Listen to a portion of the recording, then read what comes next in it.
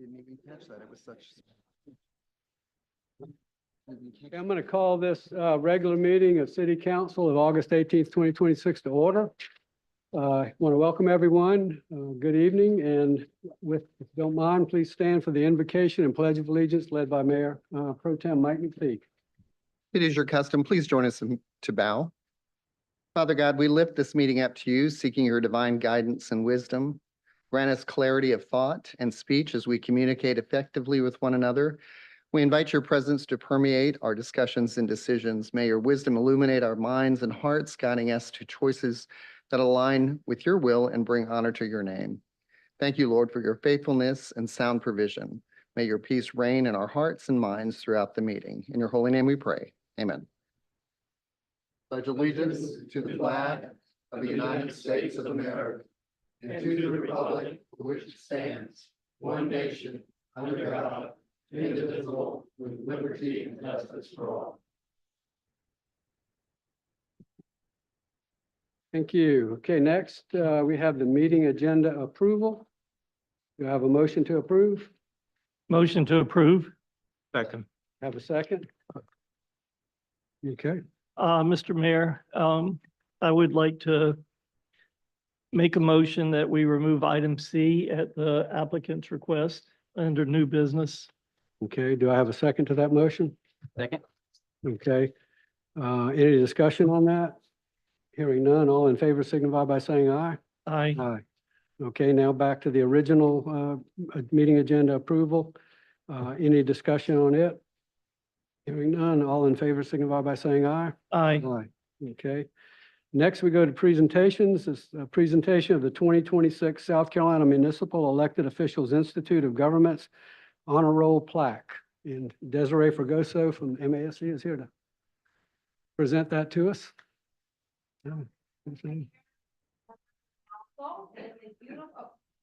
Thank you, Tracy. Good afternoon, Mayor, members of council, Scott, Eric, Tracy, always a treat to come to see you. It is a toasty day in the Low Country, but it's always a great day to be with you all. Thank you for the invitation and the opportunity to speak with you all today. My name is Desiree Fragoso. I think I've met all of you. I'm with the Municipal Association. I'm the Field Services Manager for the Low Country. So always available to support you and the staff with any technical assistance questions and any guidance on municipal governance. You know that we are here to support you. I'm here tonight to present to you a distinguished honor of having all of your council members graduated from the Municipal Elected Officials Institute, which is a program that the Municipal Association runs. Only 8 other councils in the entire state have received this honor this year. So I wanted to commend you all for your commitment to professional development and bettering yourselves to serve the citizens of the city of Beaufort. So I wanted to be here and make a big hoorah about such a great accomplishment and encourage you all to continue to develop your skills, your knowledge in municipal governments and leadership. It only improves, right, the work that you are doing, that you certainly are not getting rich doing, right? Like our executive director always says, if you get rich doing what you're doing, the only thing you're going to get is an investigation. So I commend you for your public service, and it's my pleasure to present to you all this plaque recognizing it. We're going to come down for a picture. Yes, absolutely. A round of applause, if I may.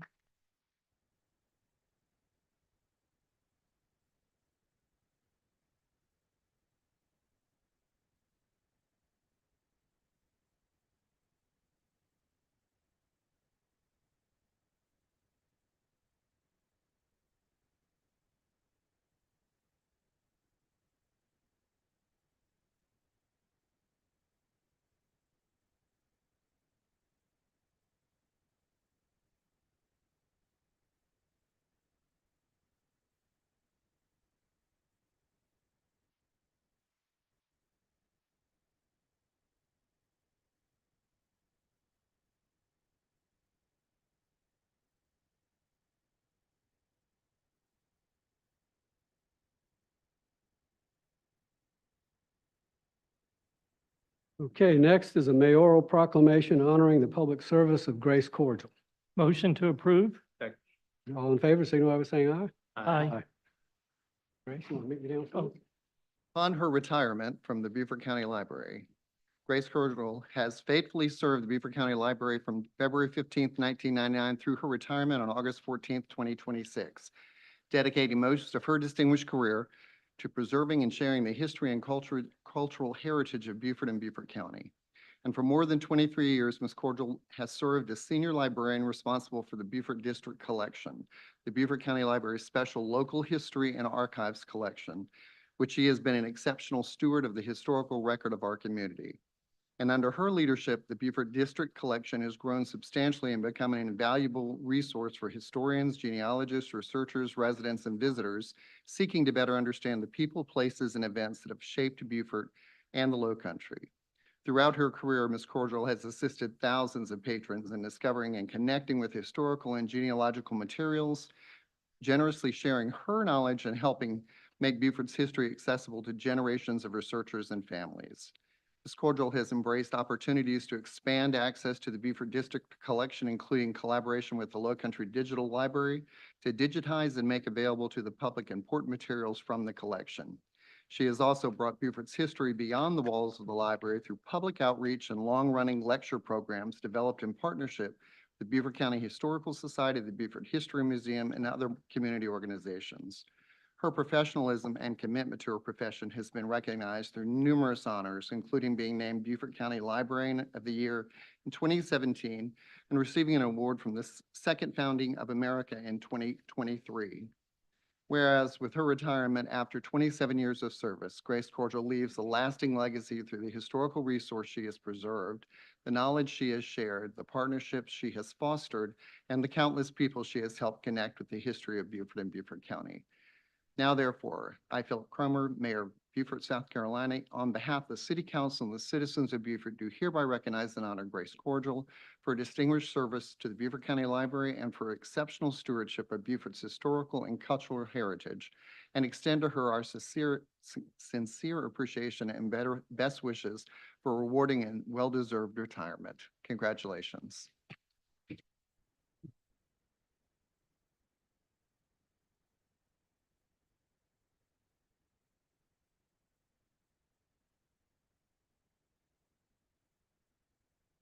I think she got a good picture. Thank you, my beloved former staff and my beloved history nerds. What I told the county council essentially was, I've had a good run, and I did, and I'm done, and I am. But at least I won't be investigated, because until very recently, they didn't pay me very well. So thank you very much for this honor. You're welcome, Grace. Have a good retirement.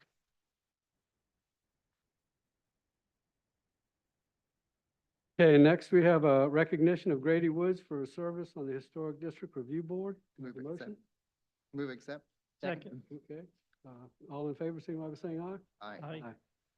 Okay, Whereas Grady Woods served on the City of Beaufort's Historic District Review Board from October 23 to June of 26, and whereas Mr. Woods devoted his efforts and energy and service on this important board, and the significant contributions Grady Woods made as a member of the Historic District Review Board has helped to support sustainable development practices and protect and enhance the design, character, and economic value of the city as a whole, thereby promoting the quality of life in our community.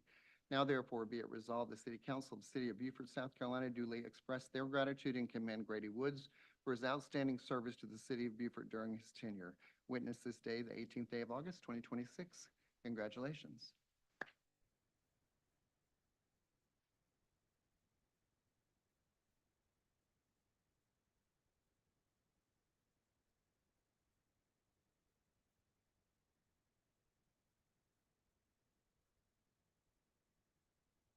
okay, next we have a proclamation proclaiming August 17th through 21st, 2026 as USCB Sand Shark Welcome Week. Have So a moved. Second. motion and second, all in favor, signify by saying aye. Aye.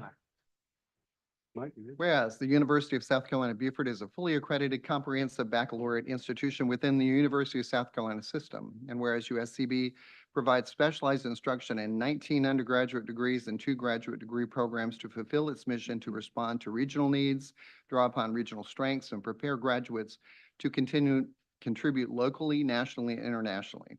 USCB is a primary resource for exceptional skilled healthcare professionals, teachers, hospitality managers, science-based researchers, computational science specialists in the South Carolina Lowcountry. And USCB is a prominent regional catalyst for progress as an engine for cultural and economic growth. USCB's regional economic impact is in excess of 1,230 jobs, 63 million in labor income, and 141 million in economic development. USCB welcomes more than 2,200 students, their parents, other family members, and friends to campuses in Bluffton, Beaufort, and on Hilton Head, and to athletic facilities in Hardeeville for the start of the 26-27 academic year.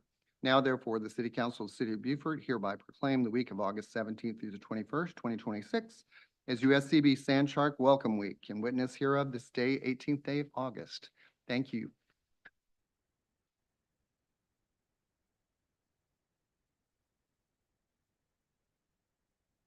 I'll keep it real short.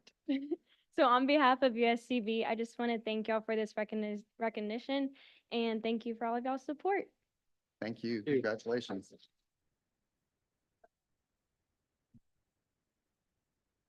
Okay, and next we have a proclamation honoring Chaplain Major General William Bill Green Jr. Do I have a motion to approve? So moved. Second. Motion is second. All in favor signify by saying aye. Aye. Aye. Councilman Mitchell will read the proclamation because Major General Green could not be here with us this evening. Okay, thank you, Mr. Mayor. City of Beaufort, South Carolina proclamation honoring Chaplain Major General William Bill Green, Jr. Whereas Chaplain Major General William Bill Green, Jr., a proud native of Beaufort County, South Carolina, has dedicated his life to the service of God, his fellow service members, and the United States of America through an extraordinary military career, distinguished by faith, leadership, compassion, and unwavering devotion to duty. And whereas over the course of decades of honorable military service, Major General Green faithfully ministered to soldiers and their families around the world, providing spiritual leadership, counsel, and strength during times of peace, conflict, and crisis, while exemplifying the highest traditions of the United States Army and Chaplains Corps. Whereas his distinguished career culminated in his service as the 26th Chief of Chaplains of the United States Army, where he served as the Army's senior chaplain and principal advisor on matters of religion, ethics, and spiritual readiness, ensuring that soldiers across the globe receive the religious support necessary to accomplish their missions. And whereas throughout his career, Major General Green demonstrated exceptional leadership, integrity, humility, and selfless service, earning the respect of military leaders, fellow chaplains, soldiers, and communities across the nation. Whereas his extraordinary achievements bring great distinction to Beaufort County and the South Carolina Lowcountry, serving as an enduring source of pride and an inspiration to future generations who seek to serve their communities and their country with honor and purpose. And whereas the City of Beaufort is honored to recognize Major General Green's lifetime of faithful service and the lasting legacy he has established through his unwavering commitment to God, country, and those entrusted to his care.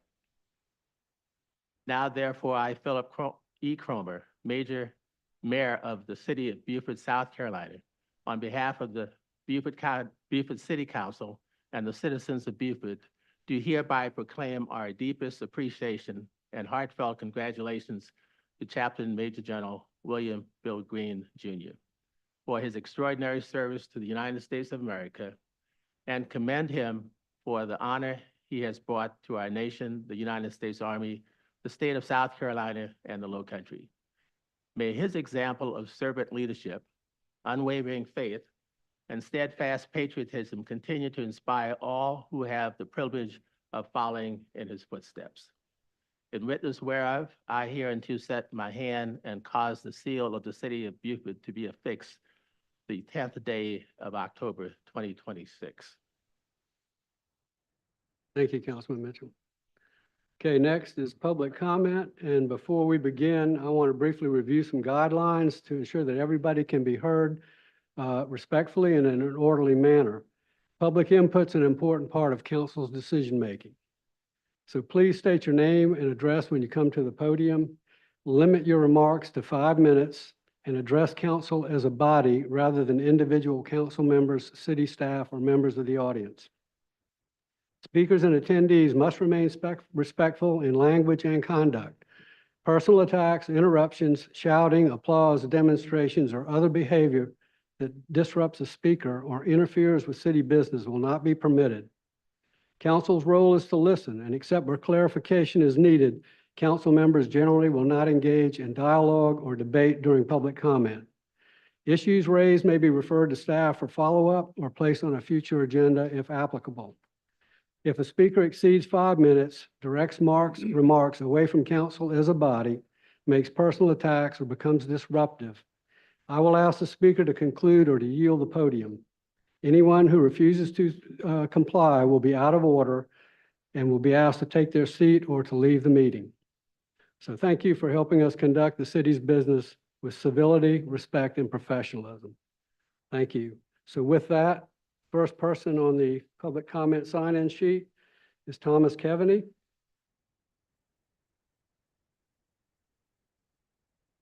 Mayor Cromer, members of council, good evening. My name is Tom Kevaney. I live at 1799 Salem Road, just down the street from 1556 Salem Road. That is one of your agenda items under old business tonight.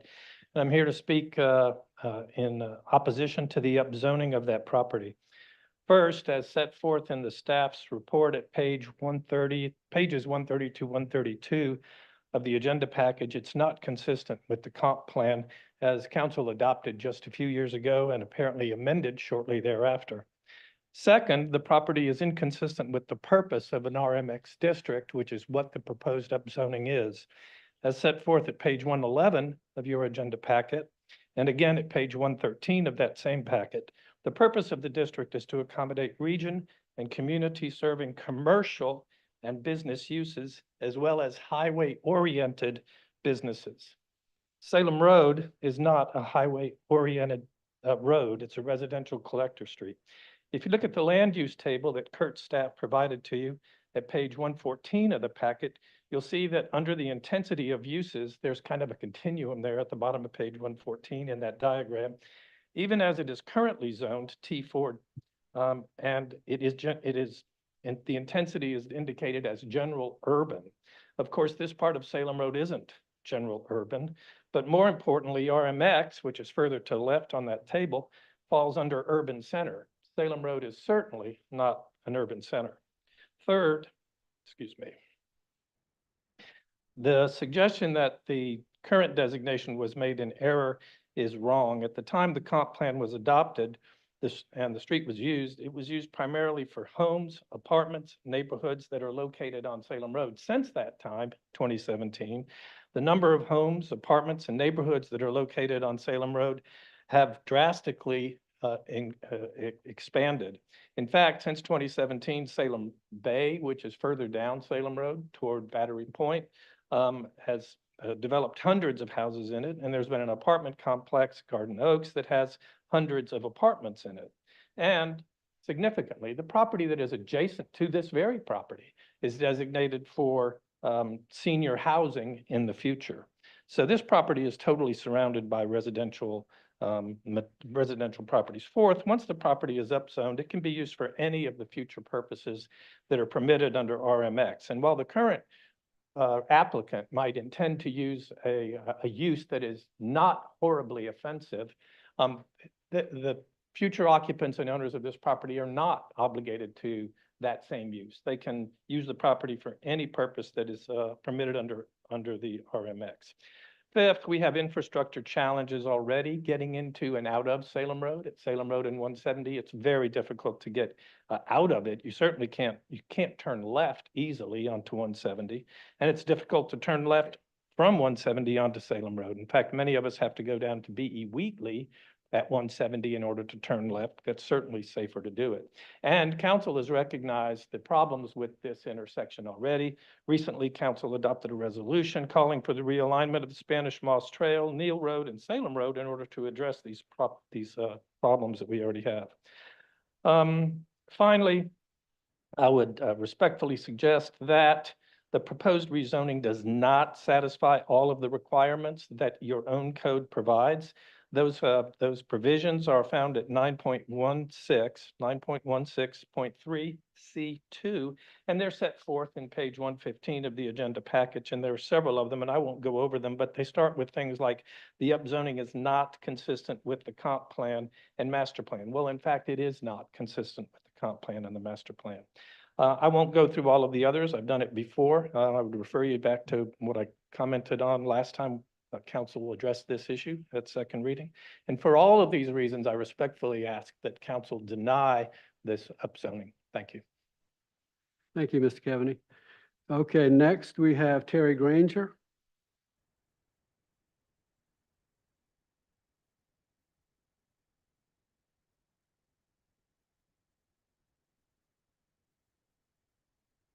For the record, please give us your name and address. Terry Granger, 2227 Spanish Court. I'm also speaking about the ordinance that Thomas just spoke on, and I have to agree with a lot of the things he said. I'm in the community that's directly across from the property, so I'm not concerned about the current building that's coming up and the proposal, but the ordinance to change the zoning is really what I'm concerned about, that what might come in the future might really affect us greatly. It's really going to impact my community because we're so close. It's the noise, the light, the traffic could be substantial depending on what's developed. I'm also concerned about the stormwater runoff. If something got developed, that would affect that, because Battery Creek's a pretty sensitive ecosystem. We've got already bacteria levels that you can't harvest shellfish in the creek there. And my community is a very water-oriented community, and we use the creek a lot. So those are the major concerns I wanted to share. Thank you very much. Next is Donna Bradley.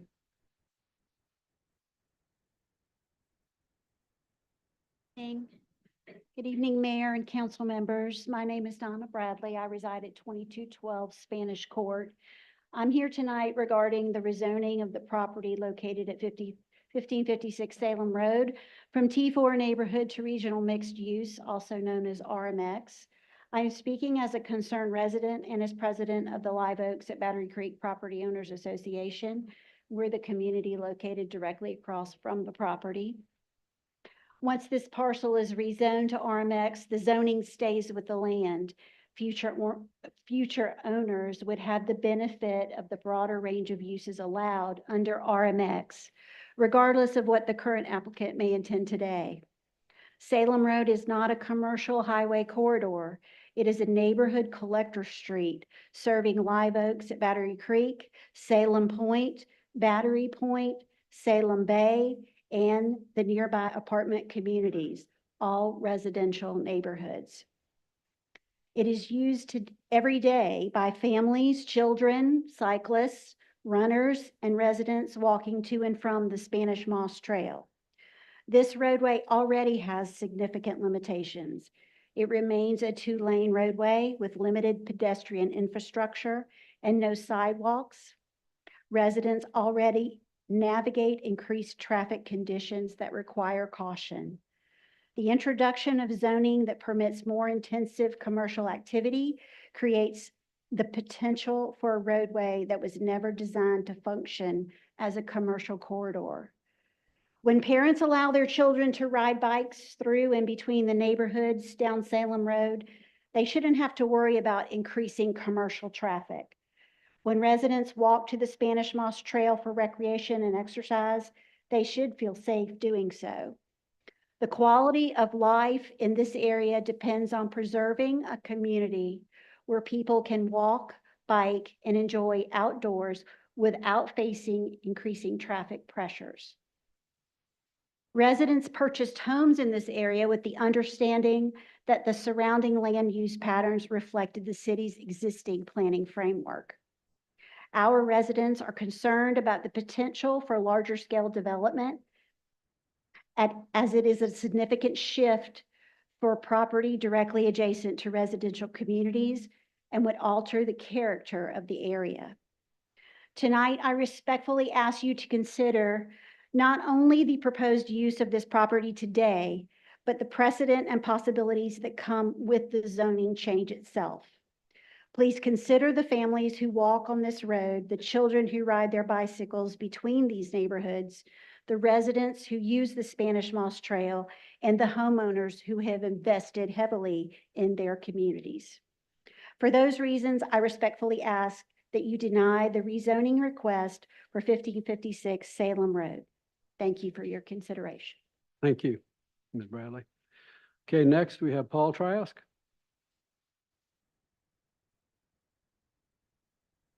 Good afternoon, Paul Trask, 610 Bladen Street. This is our zoning map. This was adopted pretty much as you see it in 2017 with the Beaufort Code. In 2018, council recognizing that some parcels might have been miszoned at that time, undertook to evaluate a couple of parcels on Salem Road. As you can see, everything down Salem Road is zoned residential, every bit of it. This parcel, the old food line, the exception is this RMX, which is the landmark building and the car lot, and then the former OC Welch and so forth. Even the food line, at the time that the Beaufort Code was adopted, was zoned residential. In 2018, Ms. Anderson, who was the planning director, recognized that that parcel should be changed. So they did an evaluation. They did change that parcel back to a commercial use. Well, the Beaufort Gazette parcel was still right there, as was a car dealership parcel adjacent to it, and the United Telephone office. Those were commercial parcels. They were never rezoned back to commercial use. Why? Because the comp plan and council recognized, as previous speakers have already said, that Salem Road is a neighborhood connector street. That's an important point, number one. As already said, number two, zoning runs with the land. If you turn it into RMX, even with the well-intentioned applicant wants to run his window business, but he has said he'd like to add an additional business into the building. We don't know what that might be. Those issues run with the land, as you know, as already stated.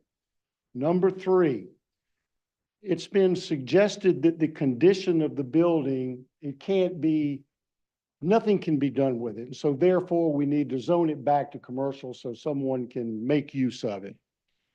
It is terrible. The roof is gone. The applicant has already told us that the wiring has been stripped out. Homeless people have been living in it. I went over there this past week. The parking lot is crumbling. We have a 50% rule in this community. And the applicant, I see no logical way that the applicant can make improvements to that building without exceeding the 50% rule and therefore having to bring the building fully in compliance. It's a tear down. That's what it is. Number four, we've got a notice problem, as I've previously mentioned.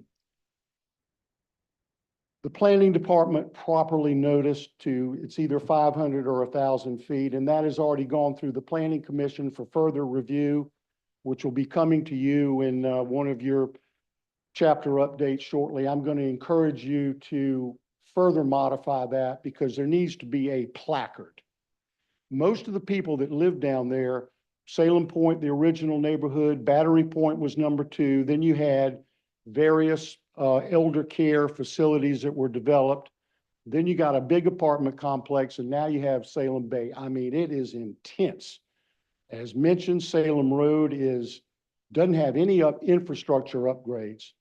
It is impossible for the many residents that live down there to understand this proposed zoning. A 500 or 1,000-foot notice is insufficient. So when that comes to you, please further adopt that from the Planning Commission's recommendation and require a substantial placard to be placed in front of the property, similar to the way the county does it. I don't want to repeat what everyone's already said, but this is about what Salem Road is going to look like for the next 10, 20, 30 years, okay? You've got a planning commission right now, which is beginning to undertake the 5-year comp plan review. They're going to review all of the zoning in this city. And it's going to come up at that time whether the zoning is proper along Salem Road or not. And I would suggest to you that any rezoning should wait until a full comp plan review and their recommendations come forth. So for those reasons, I'm also stand in opposition of this rezoning request, and I ask that you deny it. Thank you. Thank you, Mr. Trask. Okay, next we have Wayne Reynolds.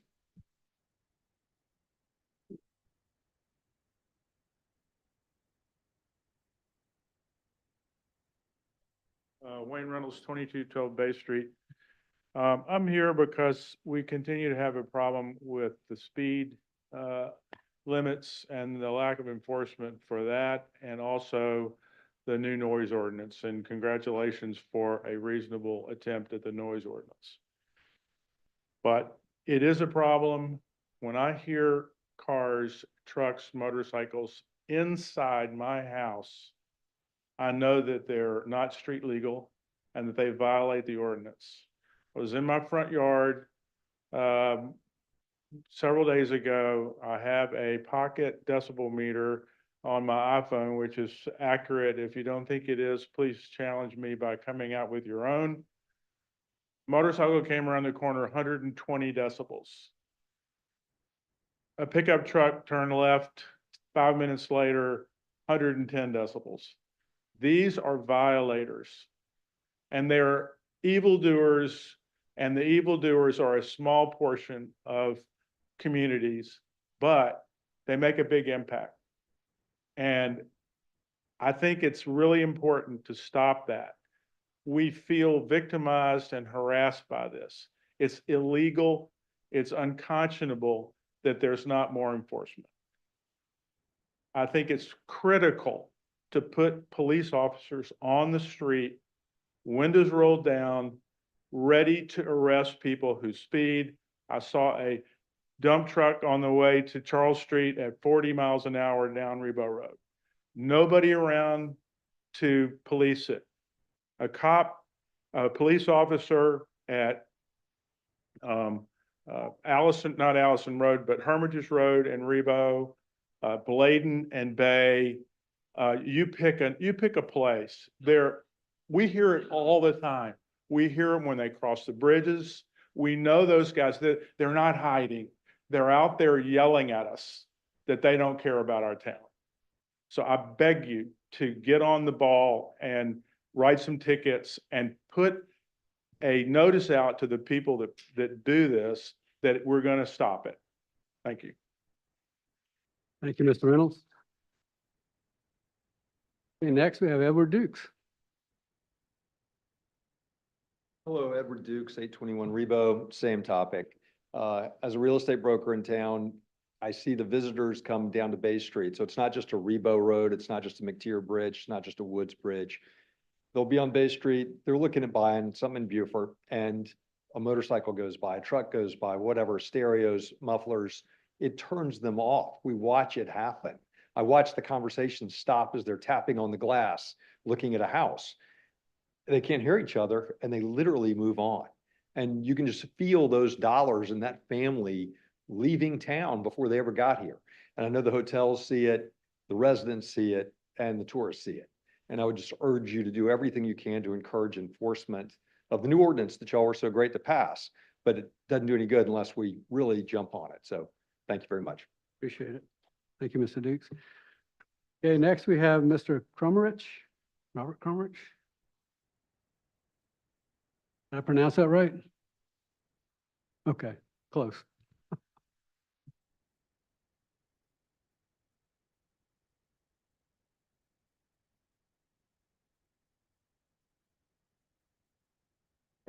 Bob Carmack, 2214 Moss. I'm not going to repeat the things about the Salem Road.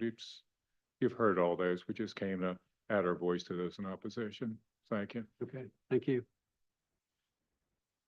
Okay, and at last but not least on the sign-in sheet is Bennett McNeil.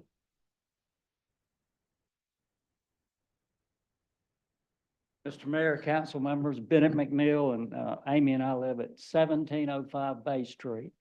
The third house we've been lucky enough to live on Bay Street in downtown, and we feel really blessed.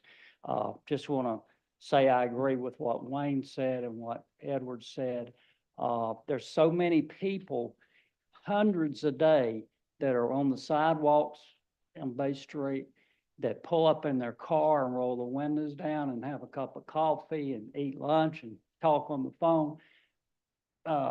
Yesterday afternoon, in all the heat, there was a small family that had they were sitting there having a little picnic, and so the noise, though, the speed, y'all really doing a good job on that. Just stay on that.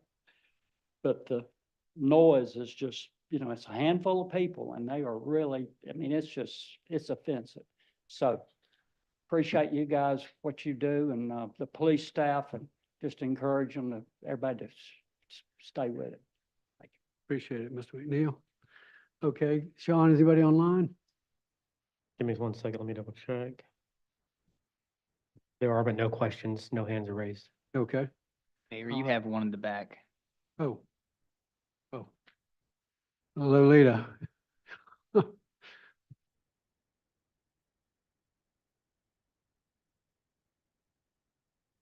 We do have a sign-in sheet. Okay, that's fine. Okay, Sorry. all right. Lolita Watson, 761 Reebok Road. I wanted to add my 2 cents to my neighbors here talking about the speeding on Reebok, because that's where I live, but I see it around town. Not to pick on motorcyclists, but there's some guys riding around, and I think we see them and know who they are, and they're just loud, and those trucks are loud, and they're hitting the potholes on Reebok and the other boundary streets the same, and it's just a horrendous noise. And I think the answer's got to be enforcement. We got to have more enforcement. On that subject, on another subject, trees. I have to talk about trees. I have to be up here. I don't know if y'all are aware, but the 2 sycamore trees on North Street are scheduled to be the latest victims of the drainage project. Word is that they're going to be taken down. Some people said this week. We're not sure when exactly it's going to happen, but there's the ones right when you come out of the post office. They're big, beautiful, healthy trees, and I know 2 weeks ago, you guys caught grief from residents who were concerned about Dominion cutting limbs, and you said we can't do anything about it. It's Dominion. Well, I know y'all would call it a state project, but the city signed off on that project. And when we first started looking at it, there was, okay, they're going to have to take these trees down. But then watching what they've been doing, it's like, why do they have to take those trees down? Why can't they cut in the middle of the road? I know it's too late to ask y'all to change the program, to plans. It's in the works. Everybody wants this project to be finished. But I just want to say I'm really disappointed. And the people who care about trees in this town are really disappointed. Thank you. Thank you, Lolita.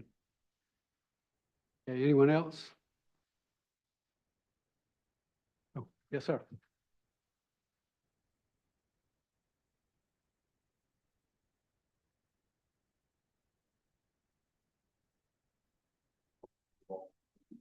Been here going on 9 months now, dealing with this issue of 1556 Salem Road. Paul, first of all, 50% rule doesn't apply. That applies to 13 foot above sea levels, all right? And below, we're sitting at 14 feet 1 inches. So there is not there's not a restriction, excuse me. Let me get your name and address first for the record. Andy Martin, address 2610 Mossy Oaks Road, Beaufort, South Carolina. So we're not restricted by what type of money we do put in the building because it does sit against, above that floodplain. The major things I hear from everybody is traffic, is congestion, is more problems getting up and down Salem Road. We've been on Salem Road 5 years, directly across the street, 1555 Salem Road.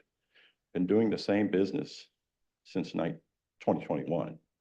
All right, nothing's changed. We're just moving across the street. We have 5 cars that come to work every day. All right, we get about 2 trucks a week that come, which actually kind of mess up Salem Road as it is. So this problem is already happening. What the property across the street does for us is it allows us to warehouse windows for people. That's it. We sell windows, we install windows. We need a place to store them. Under the current zoning, it does not allow us to store any windows. It only allows offices. All right.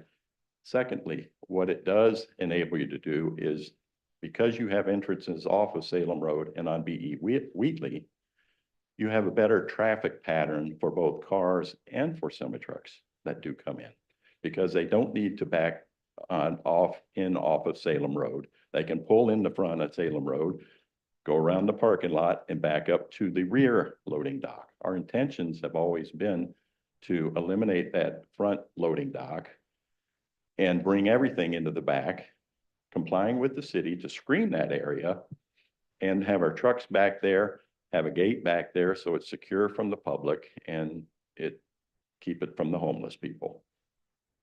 As far as increased traffic, in reality, I'm your best option out there.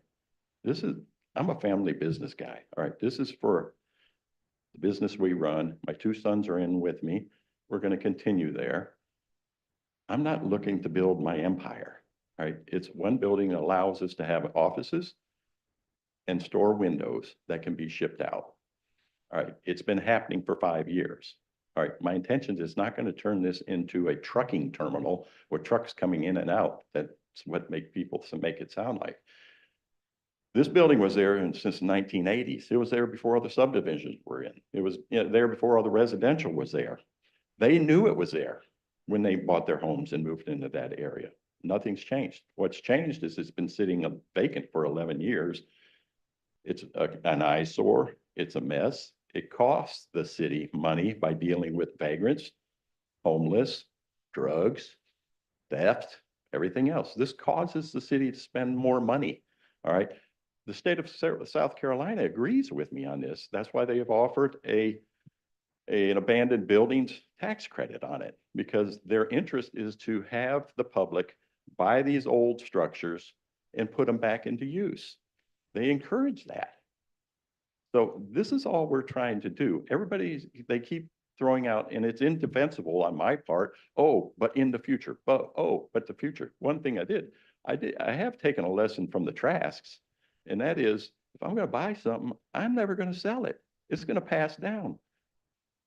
This is a long-term situation. This isn't something that I'm looking to flip like lots of people do around this area. As far as traffic is concerned, the traffic is coming from the subdivisions that were put in after this building, from right next to us to down the street, Salem Bay, to the new apartments complex, to Battery Point. And as I understand, you got a few hundred more homes going down on Old Salem Road going in there. And then you got another apartment complex going in down there.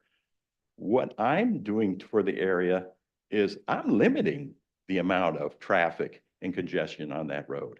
You're going to see way more in the future. Thank you, Mr. Martin. Thank you for your time. Anyone else? Yes, sir. Give us your name and address when you get to the podium.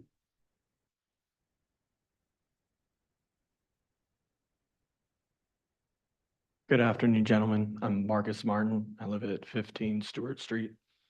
I'm here to talk about the building. I am Randy's son, and or sole purpose of the building, like he said, is to use it to store windows. I think one thing people don't realize is we have people behind us. If this isn't going to go through, if we can't use the building, what we would like to purchase it for, a developer from out of town is going to buy it. And if you know anything about developers, they come with a team of lawyers and they want to do what they want with it. And that's just a reality. They're in the building the other day. They broke a couple windows because they were trying to look around. So that's just a reality. My family lives here. I have 4 kids. I don't plan on going anywhere. I love the city of Beaufort. I don't like density. I want to be part of the community. I want to grow and watch my kids grow here. The last thing I want to do is ruin the neighborhood for all y'all that live down the street. We like our neighbors. I don't want to make the road worse. Like Randy said, we've been here already 5.5 years. We were here before the Salem Bay, the apartments. And like I said, we only have about 4 cars, maybe 5 coming in every day to work. And, and our job is to replace windows and doors for our community. And we like to do a good job and have a good reputation. And we like to be in Beaufort. And this building gives us the ability to stay in Beaufort. I would like to pay my taxes in Beaufort because then I know my taxes go to the schools, go to, like I said, I have 4 kids, The big thing is someone's going to come in behind us if we cannot rezone this, and it is a developer. And I met them. They're from Charlotte. They want to develop it, and I'm not like, it's a reality, and all I want to do is beautify the building. I want to paint it, make it look nice, put some nice landscaping in, and just run a Beaufort business because I live here. I want to be here. I don't want to go anywhere. I have kids. I want my kids to grow in it. I don't want to sell it. I want to grow with Beaufort in a responsible way.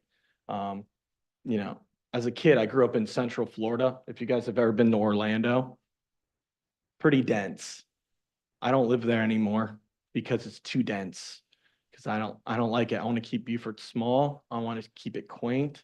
I do want people to visit, but I don't want to turn it into a zoo. So, I think we're all on the same team here. I really do. And, if we're able to do this and you guys are able to help us out so we can run a family-owned business in Beaufort, I'd love for you guys to come by. Like I said, we want to be very much a part of the community, and we're trying to take an old building and restore it and make it nice for the community, not some guy out of Charlotte that just wants to collect a paycheck and leave, because that's what's going to happen if we're not able to switch the zoning. And I appreciate your time. Thank you for listening. I hope you make the right decision. Thank you so much. Thank you. Anyone else? Yes, sir. Again, name and your address.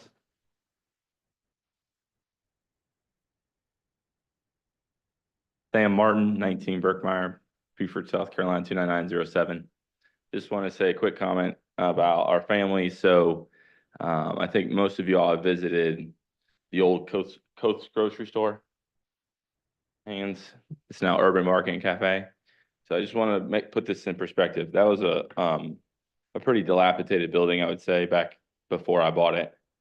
And it used to be a gas station back in the 30s. Ray Harvey told me that. Anyway, so I went to my dad and I said, Dad, there's this building I really wanted, and would you help me fix it up? He said, yeah, I could do that. And so I just want to let you know, my dad, Randy, did all the work on it, put the front porch on it, and made it such a center of the community.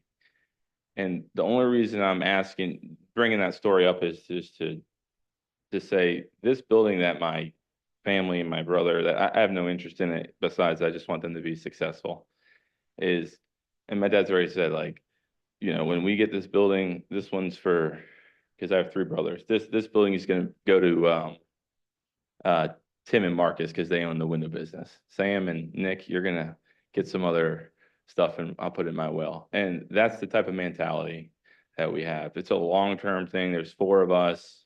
You know, I even thought about that. How can I be a part of this and move my financial planning office in it? But I'm gonna stay downtown. But I would just ask you to, I hear what everyone is saying and I can respect about the homes, but I really do think that going from a vacant building to something really special in the corner, knowing you all will know what's going to go in there. So there's no guesswork there. Like my brother said, Marcus, it will be developed. And I'm sure Edward Dukes could come up here and say like, it probably would be developed as a very good realtor in town. So he knows what happens. But I guess the point I'm trying to say is, you know what's going to go in there. It's going to be a great window business. Tidewater window and doors. I think for the next 50 years, I don't know what it would be down the road, but don't you think that in 50 years, whoever's coming in wanting to do something different would have to come in here and then make their plea to change to something different? I mean, we're looking way, way into the future. And I just think that if Beaufort County, we need more jobs. And if they grow as a company, just like Graco has, just like you've seen Graco grow here, I mean, it's a great business in the community. So my recommendation, I just ask you to really think about that. And I do think, as my brother said, you guys we're all on the same team. We all live here in Beaufort. We're here and local, and we're going to continue to grow and be the best citizens we can be and fathers to our kids. And I think it'd be a great opportunity. Thank you for my time. Thank you. Anyone else? Okay, hearing none. We're going to move on from public comment to consent agenda. Do I have a motion to approve? Motion to approve the consent agenda. Do I have a second? Second. Okay, motion a second. Mayor, I'd like to amend the consent agenda if I could. Okay, And I'd like to specifically pull out item D, just for some context. We received an email shortly before coming that expressed some concerns of some of the financial reporting. So I'd just like to pull that out and see if Alan could provide a little bit more clarity on it. okay. Do I have a second to that amendment? Okay, we have a second. Any discussion on it? Hearing none, all in favor signify by saying aye. Aye. Okay, amendment passes. We'll go back to the original consent agenda. For the rest of what's on the consent agenda, all in favor signify by saying aye. Aye. Okay. Let's go back to item D. Is Alan here? Oh, there he is. Alan, would you address that section D? I guess you found out what the comments were. Yeah, some comments. Yeah, this is about the interim financial statements for the month of June. I guess, Councilman Scalia, you want me to kind of address the questions from the email? Is that? Yes, if you will. Okay, yeah, no problem. Yeah, there were a couple of percentages that were identified that were off, as far as from the cover letter and to the financial statements. Those are just kind of the wrong numbers that were in the cover letter. So she's correct as far as the general fund revenue should be 98.6%, and then the expenditures for general fund should be 99.1%. So, and then she mentioned about the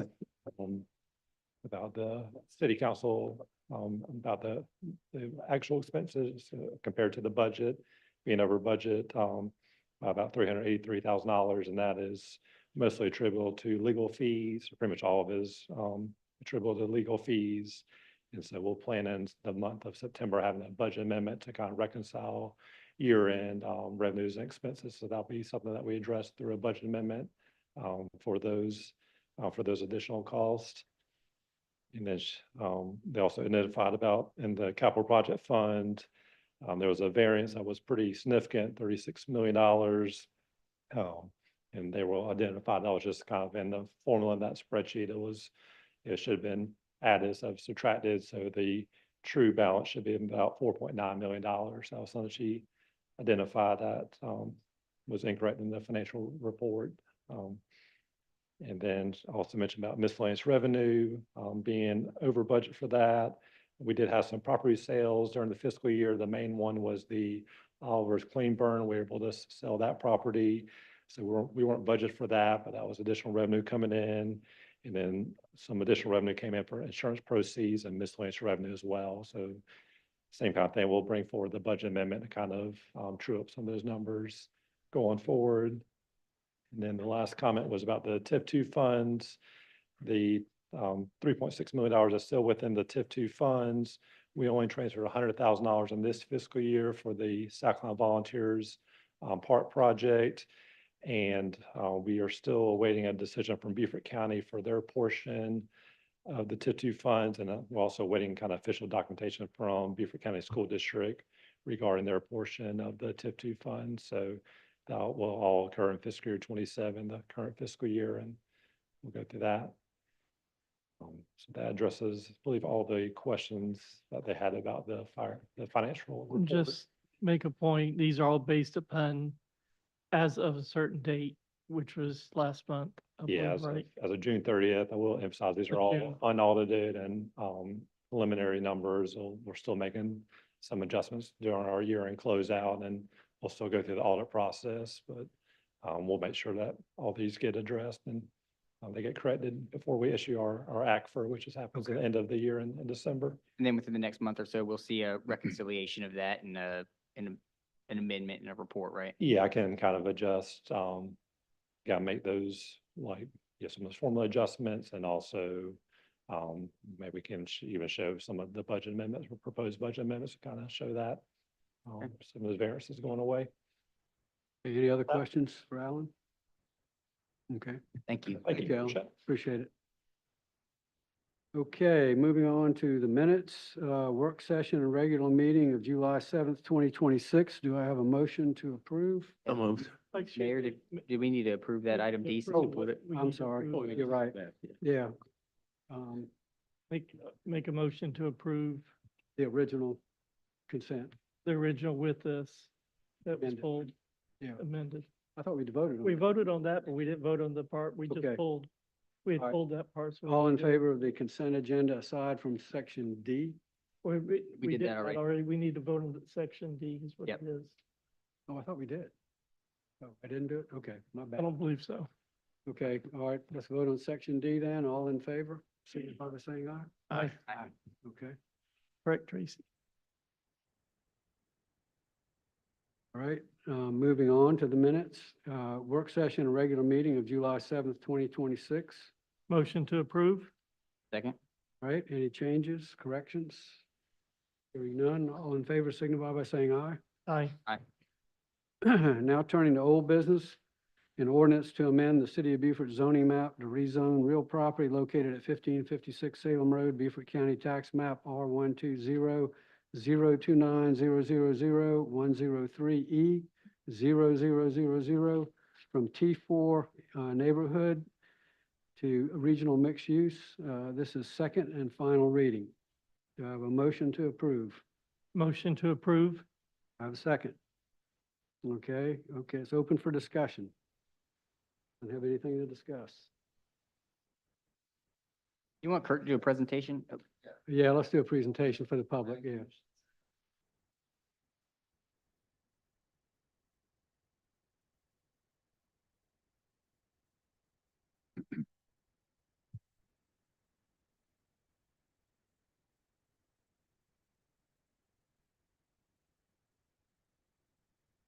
I don't think the presentation is actually on our laptop, but maybe I could just do an update. I think you've heard a lot of public comment, but I think this is the third time you've heard it, so everybody knows where it is. But the update was at the last meeting, Councilman Scaleti kind of basically requested that we kind of consider, and I think the whole council asked if we could consider with the Planning Commission some maybe revised ordinance language to the Planning Commission. And so that was sent, and you have a memo in your packet, that was sent to the Planning Commission in their July work session.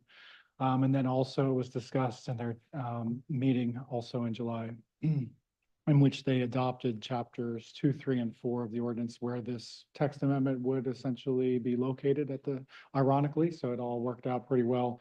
There was a draft ordinance to kind of allow an existing building that was related essentially to the use that the applicant's trying to use it for, kind of a warehouse type of use with some retail space. There was an ordinance to do that as a special exception and or under a certain limit as essentially a conditional use. So a conditional use is in the code. So if you meet the conditions, you get to do the use. A special exception would go to the Zoning Board of Appeals for a hearing in which the applicant would make their case. They could either approve it, put reasonable conditions on it, or deny the use. And so that was considered at that meeting, which the applicant was there for both of those meetings. Commissioner Anderson, who used to be the planning director, I think at the time the ordinance was drafted, suggested that maybe a simpler way to do this would be in the T5 UC and one other district. There's a existing use category that basically just allows existing single family houses.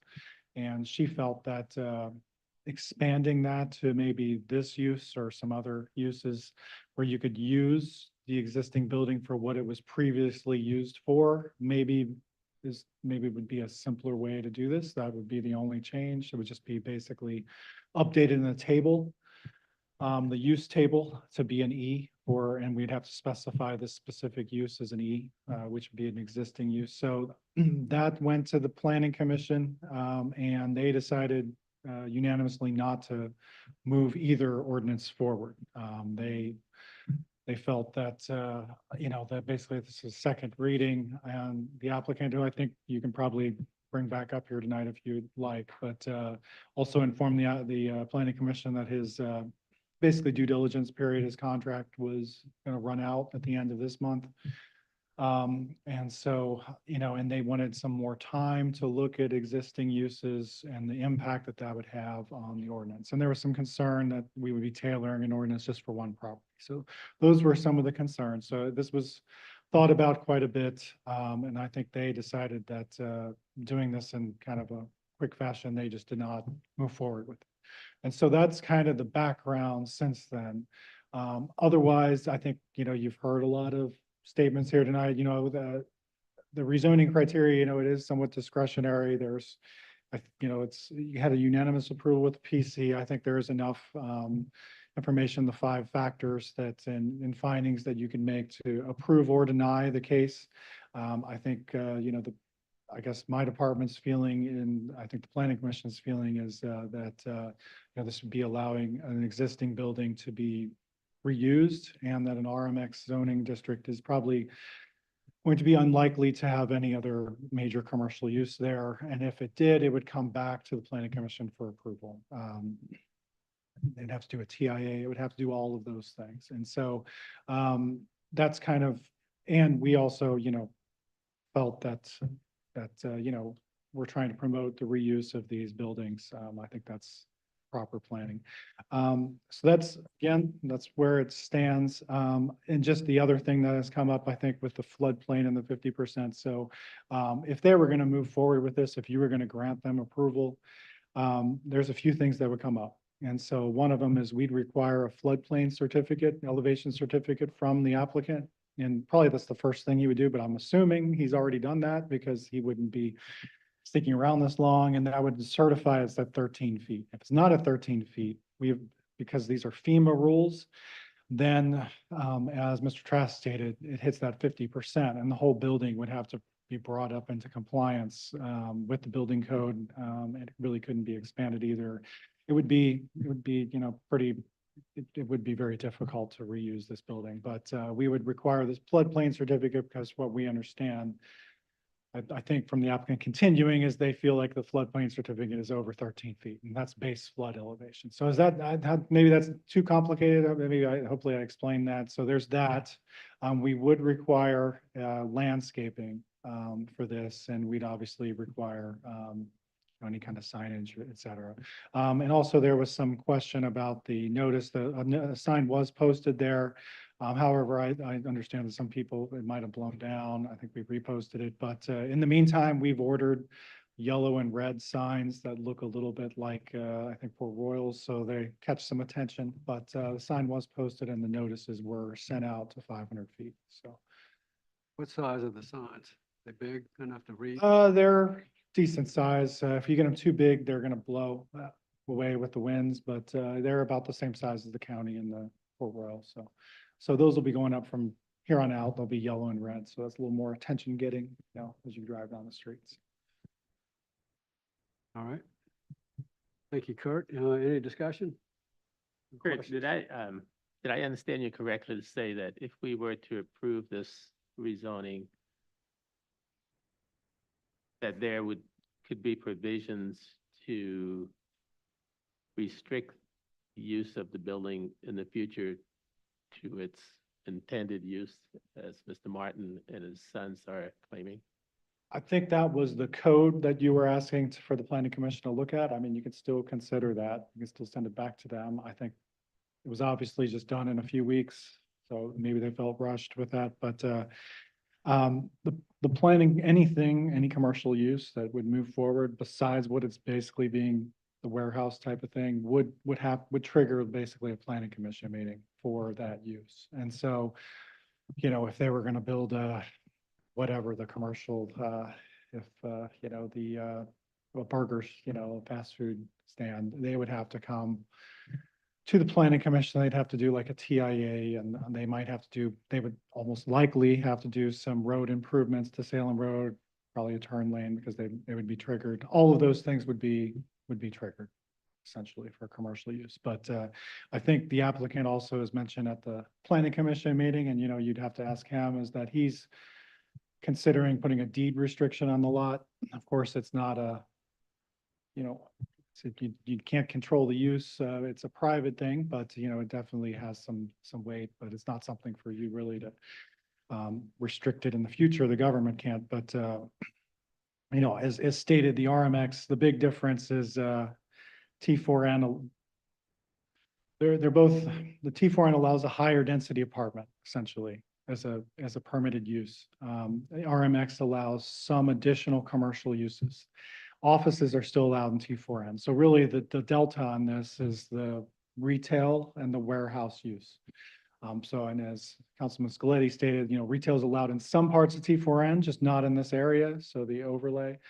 So really the delta is the warehouse office. Otherwise, T4N would allow a bigger multifamily or use of that sort. So it's a very complicated. I think it's not an easy request to look at. Yeah, hopefully I've answered that. Yeah. Any other questions? Kurt? Well, maybe it turns into a question, but I was a little more hopeful that going back to the planning commission, we would see a different proposal than what we're seeing here, which is essentially the upzoning to RMX.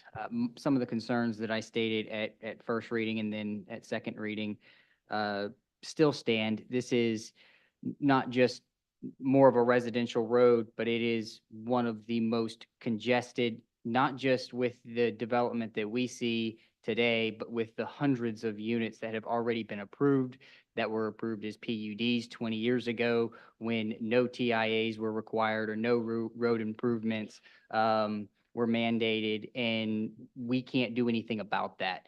So it even requires more so that we look into the future to try to protect that residential area the best that we can. I agree with your assessment that this property was probably zoned inappropriately as T4N with an existing commercial building on it. However, I do not think that a fix is to upzone it to the widest commercial use available. I think that the answer is to provide the appropriate zoning classification. My question would be, did we look at the T4NA classification where we have commercial up against residential. And I think that that zoning classification would automatically restrict some of the very things that we find concerning with automatically going up to RMX. It would allow the applicant to operate the window and door business because T4NA would allow for light industrial, but it would also prohibit hotels, drive-through, fuel sales, and it would require a 25-foot setback versus the 15-foot setback, just to provide a little more buffer for the residents. Did we look at that option and see if maybe T4NA was an appropriate use? I tell you, we looked at every option, including, can this just be a special exception because it's kind of an existing use without even, the rezoning? And I know we talked to the attorney, but the T4NA is in only 18 properties and it's an artisan trail district that's really just located down on Depot Road. And so I think we would just like the retail frontage overlay in T4N, we would probably just need to, it's essentially like an overlay, but I think the concern is this is essentially a light industrial building. And so light industrial uses seem to be more of a negative than anything else, I would think, to the neighborhood, right? Or they could be with what you could put in there. While it might not have traffic, you add noise and pollution, that kind of thing, and trucks, that could be more of a concern. I think that's kind of where we were going with this, and is that, yes, that artisan district is kind of just limited to the Depot Road area. And I think that would probably need to be resolved, whether we add that overlay here. And the concern about the light industrial uses. I think that was the concern. Yeah, it's not easy. Since we have the form-based code, we're a little bit limited in this, right? We have just 3 districts that allow retail, so we have to pick, is it T4N? And when not only is on certain streets, right? Is it going to be RMX, which is kind of the Beaufort Station kind of look? Or is it going to be T5UC, which is, supposed to be the downtown? That doesn't really seem consistent either. Or is it going to be light industrial, which allows basically the only industrial that we allow in the city? And so I think that's why the RMX seemed to be the only district that reduced the impact as much as possible, but allow the use that would allow the reuse of the property. So And I guess I'm not sure because I'm missing that being the least impactful option. Again, my concern has never been the applicant or what they're proposing. I think that what they're proposing is completely appropriate. I think that we should encourage reusing buildings that are underutilized and vacated like this.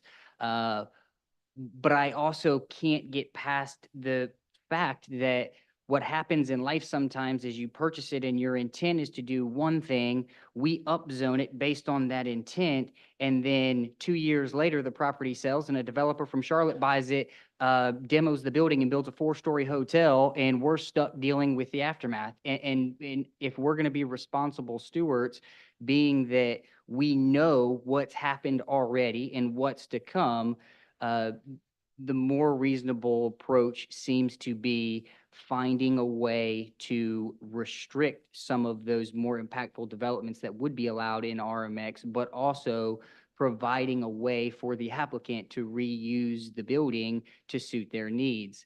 And that's what I was hoping would come back from the Planning Commission. What we had sent obviously was a very quick draft that could have been massaged in several different ways. I heard the Planning Commission's concerns with the existing building being added to the table. I would like to think that there's a way for us to utilize the T4NA district that's already built into the code for situations very similar to this, maybe in other parts of town, but still very relevant. Either way it goes, I can't get over my concerns long-term with what would happen if the applicant purchased the property and didn't end up using it, or it sold down the road and somebody else maximized the use that we would be allowing if we chose to upzone it today. Sure. Right. Any other comments? I think probably the correct thing to do with those concerns. It's probably the existing building. If you wanted to send that back to the planning commission, it's just, as the applicant want to stick with this after this hearing, right? Because that's going to take some time to come, but that existing building would, I think, solve everything that you've just stated. If you don't mind my saying, that would make some sense, so.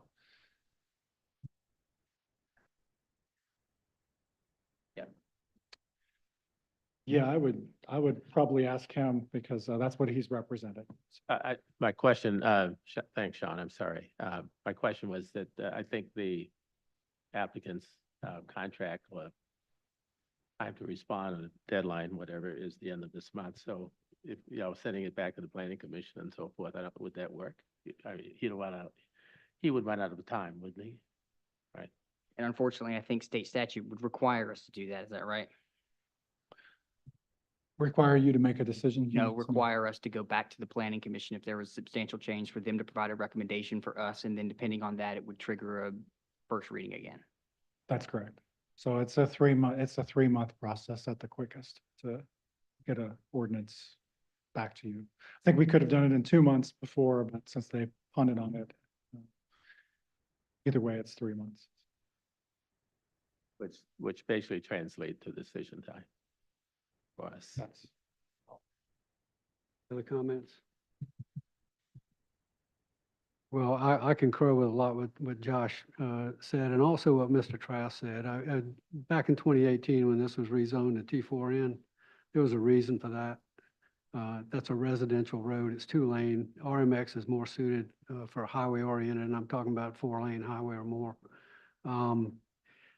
I wish you could have found a way to repurpose this building and keep it in T4N, but I can't go with the upzone. So if there's no more discussion, we'll put it to a vote. All in favor of an ordinance to amend this zoning map to rezone this property at 1556 Salem Road from Mayor, T. sorry, before you do that, is there a way we could bring the applicant up and just see if this gets kicked back to the planning commission if they leave, or Yeah, we can do that. just so that we could be clear and know for sure? Yeah, if there's no other option, to do that. Mr. Martin, you want to comment? I know you're frustrated. Oh, you can't believe how frustrated I am. I've been dealing with y'all for 9 months. And, I started this a year ago, so we're in contract for a year now. It's running out 31st of the month. It will not be extended. So you do nothing, you win by default. All right, that's the coward's way out. You don't have to vote. As far as, excuse me? Okay. The planning department's been great to work with through this whole time. Have nothing but praise for them. I came in here saying, and we found out probably November last year that this property indeed was not zoned commercial, which was surprising to me. It was surprising to them. It's been surprising to anybody you talk to in town. All right, so we talked about discussions and what we would do with it. And first application I put in was to rezone it for light industrial. My thinking was put it back to what it was before with the Beaufort Gazette. All right, Kurt took that, looked at it over a period of time. We went in front of the TRC pre-design, and he came back to me. He says, I don't think it's going to work. I said, and at that point, he had contacted the city attorney, and they had discussed the matter. He says, I think the best use for this and the best zoning would be the RMX. So I said, let me look it over. So we looked it over, and I said, yeah, I think that works. That's fine. And so we proceeded onward and went through another TRC pre-design meeting. From that, we went to the planning commission, talked to everybody there. Unanimous vote for it. They seem, and these are our peers of our community on this board, okay? They didn't see a problem with it, okay? Because recommendation by planning department. And thus we came to you for the first reading. And I looked at all you all, and we went 4-1, where it was all good and fine. I think your comment, you're glad to have something happen with the property, as most people are, because it's been a total eyesore. And then you tasked the planning department to look at it and at the second reading. of which, I wasn't too thrilled about it, but Mr. Scaletti got involved. That was on Tuesday that we talked, that you did that. By Thursday, he had a draft of an ordinance go out to you all, to Planning Commission, everybody around here, and I looked through it, and reading through it, it basically hog ties you to do. I can't have a semi truck come down there. There are hours of operations I got to deal with. There are so many things in there that limits the operation of a business that, I mean, there's no way. So this is my proof coming back to you all to ask for permission to do things, is it gets underhanded. All right. And what was done was very underhanded. And, it's just bad deal. We're supposed to be dealing up and up. I came in here dealing with you on the up and up, being honest what we're doing. I could have lied. I could have told you all the story, going down a different path, and things may have been different. And I've told you exactly what our intentions on where they are going in the future. To sit here and worry about the future. Well, if we listen to the people of the future, the polar ice cap's going to melt and Buford's going to be underwater. So none of this really matters. So here we are again, and we went back to the Planning Commission, and they chose not to do anything about it. So my question to you all is, how can the planning department, the city attorney, the Planning Commission all be so wrong about this property and our intentions? You all were so good with it the first reading, and now the switch is turned, or somebody's got your ear, and now it's like the plague. So, frustrated, yeah, it's been going on a year. One thing I can't replace in my life is time. You could have told me, and a couple of you guys aren't too far behind me. A couple of you, if you would have told me back there in around Christmas time that, no, I don't think it's going to work. Sayonara, goodbye. I wouldn't have wasted all my time doing this. So the way it's happened, the way it's gone, it's really not a good reflection on you all or how the city operates. With that, I just ask you to do the right thing. I think I've been very transparent. My kids have been transparent, what we're trying to do. If you got anybody has a problem with, I'm working, come see me. I'm happy to talk to anybody if you got problems with what's going on. And that's just the way I am. I want this to better Buford. All right. 2 of our suppliers, one's in Greenville, Dealer Supply. That city was turned around by a guy named Bill Workman. All right. He was the father of one of our suppliers. And look at what he did. And what did he do? He got the business community behind him to invest their money in that community and rebuild it. Another one is our supplier Colby out of Wausau, Wisconsin. What have they done to that town? There's a YMCA that's 2 blocks long. It's beautiful. And what have the people done? The people in the community that had money, who could afford it, donated to that city, and it keeps it vibrant. The route you all are going with apartments, senior housing apartments, there's no community with that stuff. It's a transient society. I'll give you some community. I'll give you some permanence there. And as I said, everybody keeps skipping over this thing about the cars. I'm going to give you less damage to your roads than what these new subdivisions existing is. I could tomorrow buy that building, and you correct me if I'm wrong, Kurt, I could buy that building and I could put in 50 offices. As long as I'm not warehousing anything, I can put in 50 offices. Is that correct? 40 offices. Excuse me? How much would that, how many cars would that serve?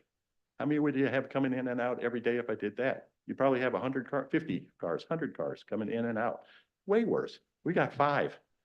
All right. Even if I rent next door to a flooring company who does a similar business, they probably got 5 guys that work it. Their business is at people's homes, residences. It isn't there. We need an office to operate. We need a transit point to bring windows in, to send windows out. And lastly, and I'll end, I offered that I'd be happy to give you a deed restriction on the property. And, there's certain things that I don't agree with personally. If I can find what that list is, bear with me a second. I don't know where it is. Anyway, car wash, don't care about. Fuel sales, don't care about. You Restaurant, don't care about. You want to add a hotel with it? I don't care about it. All right. Sexually oriented businesses, don't want it. All right. There's these things I'm willing to do. I'll compromise because it's nothing that I want that building to do or what I would do for it. The list I had mailed before, and I can expand on that. There are still some things I can do where you can't just pigeonhole me down to everything I do. I have to ask the city and come to the city to ask permission to do because we've seen how that has gone. Other than that, thank you for your time. I've just asked 3 of you, do the right thing. Okay, any other comments or questions? Kurt, you made a comment that putting a deed restriction on the property wouldn't travel with the property. Since when? Of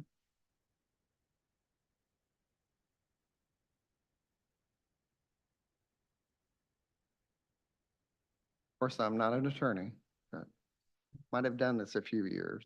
I mean, it does, but it doesn't have the power, I think, to Councilman Mitchell's point, we can't fully restrict the use, right? It's up to a private restriction. So, you have the total power over that right now. That's what I was just trying to say. But if you put a deed restriction on the property to preclude the uses that are the most abhorrent as far as the neighborhoods are concerned for the zoning, it would still restrict the property from its usage. It would, but again, we can't, I guess maybe the better way for me to say this is we can't restrict the private, we can't restrict deed restrictions. We can't restrict any of those private restrictions on the property. So If we got his word that he was gonna put a restriction that there'll be no hotels or apartment buildings on there, would that work? well, I think what I'm trying to say is the government can't compel Right, him we to put can't those do it, but if- restrictions We can't on- condition our vote on that. And if someone, 10 years from now can, maybe undo those restrictions or whatever it may be, if they come before you, and for whatever commercial it may be, you have to approve it because, those are private. They don't change the zoning per se, but yes, I think he's agreeing to privately, encumber his property. It's just, you can't compel him to do so. But we could ask him to, his word, he would put it on, but without us compelling him to do it. I This is think, good. I know he's good on his word. I think, I'd have to defer to Ben, but in previous, instances where this has happened, I believe that the applicant can encumber himself. You just can't ask him to do so. Okay. Does that make sense? So, Is there a way that we can,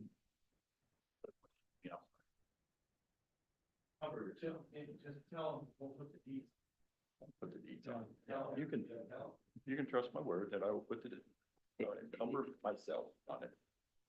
All right, I'm gonna allow. I'd probably, yeah, go ahead. Thank you, and I'm hesitant to get up and I've been reluctant I to get know. up at all.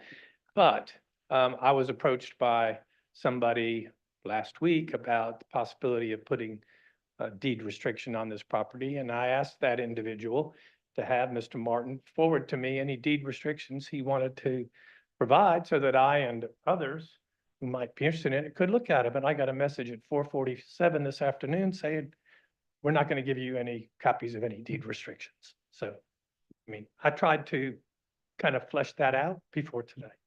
Thank you. Flush it out right back. Yeah, that was John Trask that was talking on my behalf. That email went to John a few days ago. Speaking to the microphone. That email went out a few days. I think it was what is today, Tuesday, probably maybe it was, last Thursday, I think it was. And he said he would forward it on to him. I have no idea what his email address is.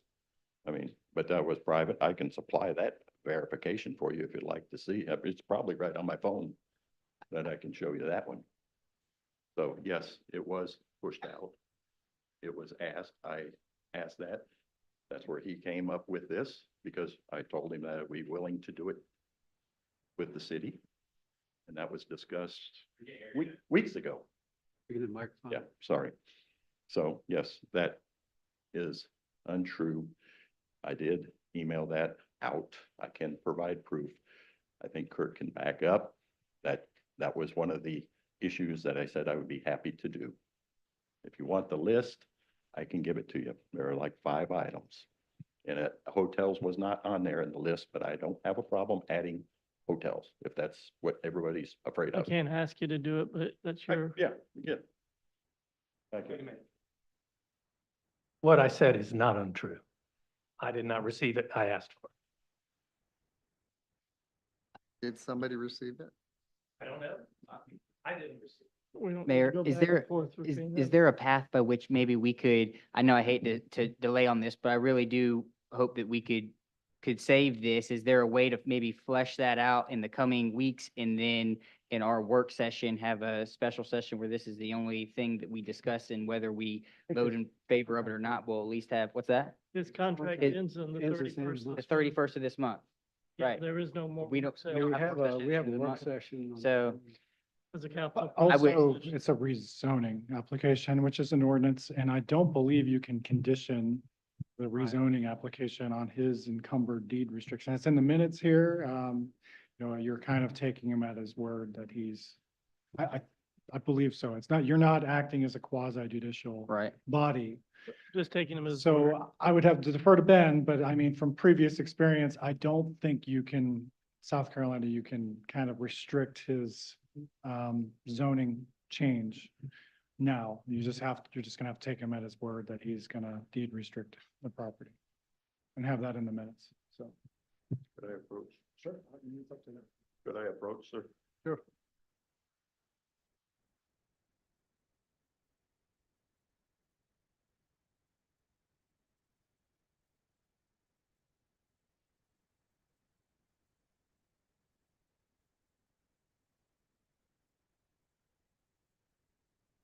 Named most of those earlier.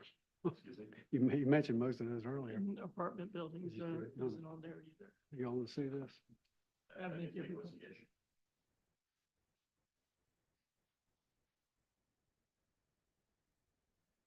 RMX, and they're the RMX.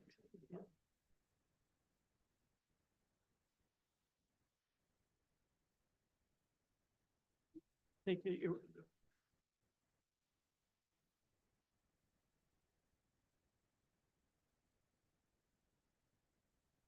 did you want to see it? It had the listing of the different. things. John, the owner of the property, five just the different agent. Is John the owner of the property, or just the agent? And he would have John, apartment buildings and hotels in there. He had car wash, Oh, okay. sexually oriented business, drive-through, restaurants, gas. It would be. Josh, you want to take a look? It's, No, I think I got the you idea. got him? Okay.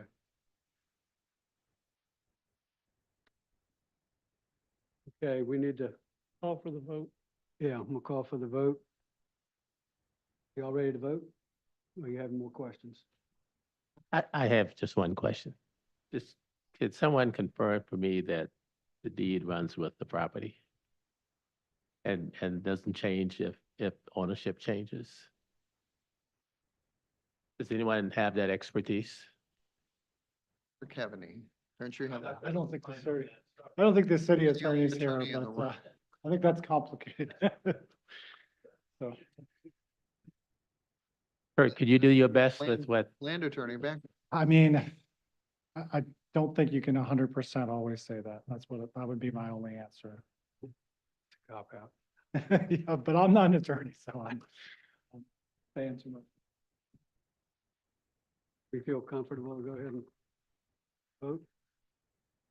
I don't know about confident, but we got to vote. I think we've got to do it, so. Yeah, we got to do it, so. All right, I'm going to call the question.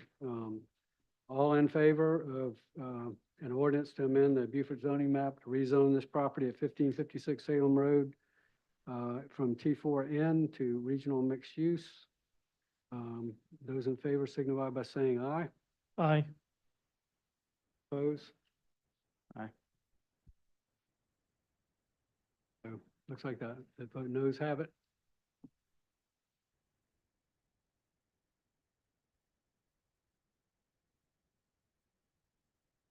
Okay, next we move to new business. We have a request from Bathe for a temporary closure of Scott Street between Port Republic Street and Bay Street on Friday, September 4th, 2026, from 4 p.m. to 9 p.m. to accommodate Bath's eighth anniversary celebration. So moved. Second. Okay. All right. You want to present, Sarah? Good evening, Mayor and Council.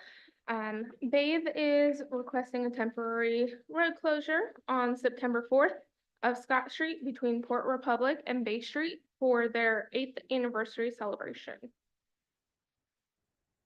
They have been in contact with the businesses on Scott Street to participate within this celebration, and the businesses are really excited and they're all coming together.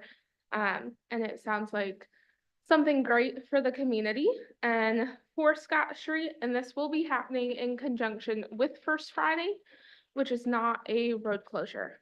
Okay, good. Good. All right. You just answered my two questions. Number one about the other businesses, number two about the road closure. Okay, any questions for Sarah? Okay, all in favor signify by saying aye. Aye. Aye. Thank you. Okay. Next is a request from Amedisys Hospice of Beaufort for co-sponsorship to host a butterfly release memorial service on Saturday, September 19th, 2026, from 1 p.m. to 5 p.m. at Henry C. Chambers Waterfront Park. So moved. Second. Okay. Linda, you want to? Yes, sir. Amedisys is wanting to do a butterfly release in the waterfront park. And this is very similar to the other butterfly releases that we've done over the years. And they're asking for co-sponsorship for waiver of fees for the use of the pavilion and park. Are they separate from Caroline Hospice?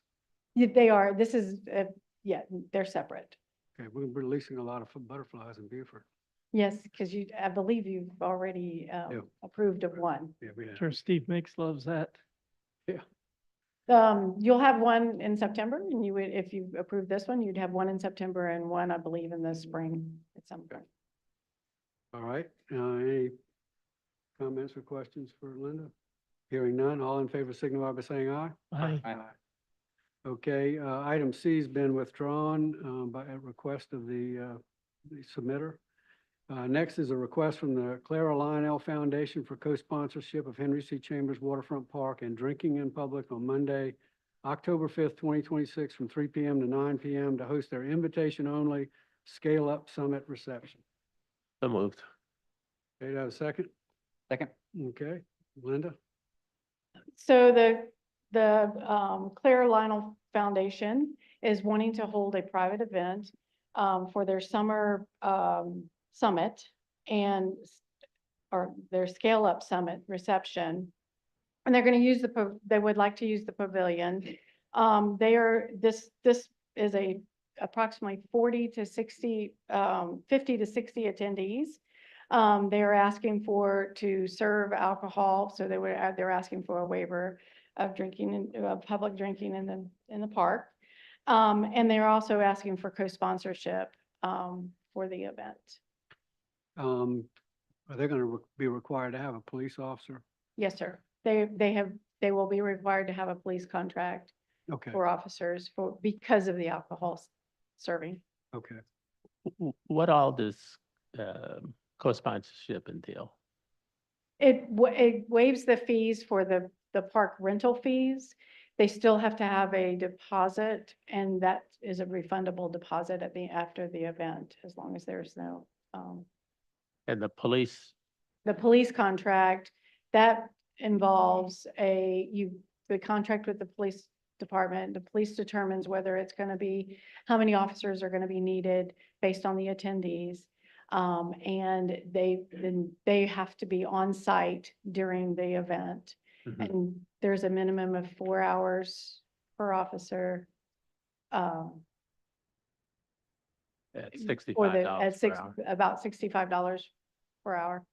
Is there a representative here for, Yes, Miss Joan, she is here. you come forward?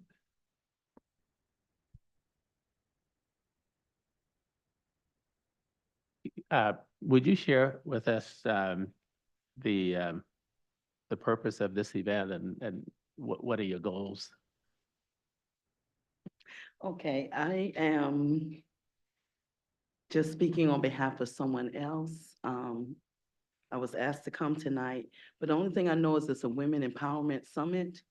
And this is going to be the opening reception to that event that will last for about 3 days, from October the 5th through the 7th. And other than that, I don't have a lot of other details on that event. So, is Mrs. Spray there, the lead Yeah, on this? she asked me to come, yes, because Yeah. she's in Canada. Oh, I see. Mhm. So I tried to reach her earlier today unsuccessfully, but, yeah, I think it's a great event. I'm just concerned about the fact, one, it's private. Mhm. And if it's private, should the citizens be putting the bill for it? So I would be in favor of, waiving, the fees for the park, but, I think for the police protection, Mhm. that would be something I think that the private organization should bear. Also, the cleanup, that y'all will be responsible for the cleanup, correct? That's covered by the deposit, I assume. Yeah. All right, any other discussion? All in favor, signify by saying aye. Were we changing that or? No. No? No, just they have to pay for the police. Okay. The co-sponsorship does not include police. They have to pay for that. Sponsorship does not include police, it only includes. The park fees. Fair enough. Which is a common practice for us to do. And this is a nonprofit foundation that Rihanna, I believe, started, if I'm not mistaken. Which would be the same that I would be in favor of doing for any organization with a similar, purpose. Okay. For my own purpose, where in Canada is she? I'm just curious. I'm actually not sure what Okay. part, but it's in reference to ETB in Canada. She's doing a Okay, I documentary. know where she is then. Mhm. I'll see her. I'll see her tomorrow night or next day. Mhm. Goose Bay. Okay, all in favor, signify by saying aye. Aye. Okay, any opposed? Hearing none. Okay, next is a request for the Roberts Posia? Osea? Posha? Posha? Is it Sorry. Posha? Posha. Two C's are together, they mix me up, but okay. Wedding to hold a walking procession from St. Helena Church to Beaufort Inn on Saturday, September 19th, 2026, from 4:45 PM to 5 PM, consisting of 120 guests. Is this because it's considered a parade? Correct, and they're gonna be walking in the street, so it's New Orleans style, two horns. They will be going from, St. Helena Church. They're gonna leave on the Church Street side, come down Church Street, turn onto Craven, cross Craven, go to Craven and go to the Beaufort Inn at the Garden Gate. Is, So we've done a few of these processions in the past. This is a little bit of a different route, but they're gonna start at 4:40 in the afternoon. It would conclude at 5 PM at Beaufort Inn. will the road closures affect that? If they're going to the Beaufort Inn from, okay, The road closures should be, we all hope that the road will be open by then. If there's construction, then that route would change. But They've already I paved feel on confident Craven. Craven's gonna be open tomorrow sometime. And So- Since they're going to the Beaufort Inn, I'm sure they'd let you use the parking lot to cross. You needed to. They will also be required to, have a police contract and have police on site during the procession. Okay, any other questions or comments? Hearing none, all in favor, signify by saying aye. aye. Aye. Welcome. That was you. Next is a request for co-sponsorship of Waterfront Park for Tidal Creek's Downtown Night of Praise and Worship on Friday, October 16th, 2026, from 3 PM to 10 PM. Use of electricity and waiver of parking fees. Motion to approve. Second, Second. okay. So, Linda? You know that's the tour of homes. what? You know it's the tour of homes, right? It's the beginning of ghost tours, I believe, And tour of homes. and tour of homes. Oh, that same night? Saturday, the 16th and 17th. Yeah, you're right. I mean, I don't know that how the impact is. I just think we need to be conscious of the Yeah. fact that there's a lot going on downtown. There will be a lot going on downtown. That makes it probably hard for the 15 parking spaces. That was one of my Yeah. issues. The Halloween thing is right then too, isn't it? Or is that the following It's week? it's the beginning, it's the first night of the ghost tours. Okay. And the parking lot, but once ghost tours start and actually, when ghost tours start, it's after hours. And so the parking lot kind of opens up. So there's actually more parking spaces, but, so they're requesting co-sponsorship of the waterfront park. That will be waiver of the fees, waiver of the electrical fees also, and then 15 parking spaces. They're asking, and two trailer spaces, because they bring in a really nice sound system and they do a great job. Kelly is here, if you have any other questions about their praise. They did it last year, and they did it on, are we moving it from a Wednesday to the day of the week changed, from Wednesday to Friday. So that's why it didn't actually get on a consent agenda, because this is the same request that they had last year. Right. And the parking spaces are the same. Yes, sir. Nothing's changed other than the date. Just the date changed, so it became new business after. Okay. Is there any way we can do a little less parking because it's very tight right now with the construction, everything down there? Yeah, that's fine. And my name's Madison, by the way. Oh, Madison, That's I'm okay. sorry. But that's fine. I just requested that many for the team that will be serving that night. Because I actually ended up getting a ticket last year. So I was like, I asked for just a little bit more. Well, actually, it's the same amount, but anyways, yes, we can definitely go for less. We can maybe carpool or something like that. That's fine. Right. Would 10 work? Sir? Would 10 work? Yeah, Parking we'll be good. spaces? Yeah, I think 10 would be a better number. And then 2 of those 10 would still be for trailers.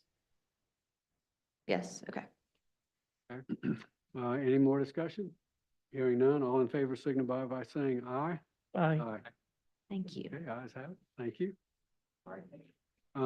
Request from Downtown Operations to close Bay Street, from Carteret Street and Charles Street on Saturday, October 17th, 2026, from 11:30 a.m. to 1:30 p.m. for the city's Halloween celebration trick or treating. So moved. Second. Okay, Sarah? Yes, so it came up in one of our first Friday planning meetings with some of the merchants downtown that they would like to have trick or treating back on Bay Street. We have sent out some surveys and talked to some of the merchants. We've gotten some mixed feedback, but we feel like it would be a good turnout between the merchants and the kids to bring trick or treating back onto Bay Street and see how that goes and make a new plan for next year. So we're requesting to close Bay Street from Carteret to Charles Street on Saturday, October 17th from 11:30 to 1:30 for Halloween trick or treating. And the businesses have the option to either participate in trick or treat or not. And some of them have opted to bring the table outside of their business with candy, and it gives a little bit more room for children to walk around, and they're not standing in the line for so long. Any questions or comments? I think it's a great idea. So the Lafayette building isn't being used on Saturday for tour of homes. Tours? Oh, I don't know. Lafayette House, do they utilize it during the tour of homes on Saturday? I don't. That's probably the headquarters of it, isn't it, where they are? Well, it's usually the Arsenal. Is it? We can find out. Yes. Well, it's from 11:30 to 1:30, so it shouldn't affect it too much. Excuse me. Lunch, Yeah. basically. Just be conscious. Yes. All right, all in favor, signify by saying aye. Aye. Okay. Next is a request from Main Street, Beaufort, for street closures for Bay Street from Charles to Carteret, West and Scott Streets from Bay to Port Republic, and drinking in public for First Friday on November 2026 from 3:30 PM to 9 PM. So moved. Second. Motion and second. Sarah? Yes, so we are asking for a street closure for the November 1st Friday, and that is from 3:30 to 9 PM. This street closure is going to be themed art around town. So it's gonna pull in the food, culture, people, and sounds that make up Beaufort and our downtown area. So we're excited to bring that to life. And what about in December, First Friday? That's Night on Town? so Yes, that is not on the town. Close the street to that too. Yes, and that was approved earlier this year. First time you've done back-to-back street closures, isn't it? No. It's happened, before. I don't have a problem with it. Wondering, okay. As long as the merchants are okay. right? Yeah. They are. This was one of the ones that they wanted, as a street closure. Getting a very nice crowd down there too. I've been down there and, doing really good. Thank you. Okay, all in favor, signify by saying aye. Aye. Thank you. All right. Moving on, a request from Building Brighter Futures, a 501c3 JP Signature Events for a co-sponsorship of Henry C. Chambers Waterfront Park. Waiver of noise ordinance, drinking in public, sale of alcohol, waiver of police, fire, and EMS fees, waiver of parking fees, and use of electricity for the 4th Annual Music Festival of the Low Country on Saturday, June 5th, 2027, from 1 PM to 12 AM. Mayor and council, this is this Haven't had a is, motion Move yet. accept. oh, sorry. Have a second? Oops. Second. Okay, all right, go ahead, Linda. Okay. Sorry. Mayor and council, this event has been going on for 5 years. I can't believe it, really. But this is a request for, co-sponsorship for the music festival of the, for waiver of the fees for the park. This is a community event, free to the public. And they're asking for the noise ordinance waiver. Waiver of drinking in public during festival hours, waiver of sale of alcohol during festival hours, waiver of parking fees in the marina parking lot. And they're asking for that for their, for their festival organizers and sponsorships types of things. So, and waiver of police, fire, and EMS services, for the festival. The use of the electricity and assistance of greenery for load in and load out, assistance of capital waste for trash services. And this is the same as last year? It is not. They've asked for additional, they're asking for, the waiver of the police and fire. That's new this year. And, the assistance of greenery, load in, load out. They do the load in, load out, during, and they've been doing that for Greenery has, but we have no control I over was gonna say. The how is parking. that that's not our- that, especially outside of our working hours, our normal working hours. The parking fees, was that last year too? They asked for some parking last year, but I believe they're asking for most of the lot this year. Don't know how we can do that on a Saturday with the limited parking down there. The construction going, or this is was next in year, June. this next year, yes. Yeah. Hopefully they'll be out of there by then, June of next the way they're going. Absolutely.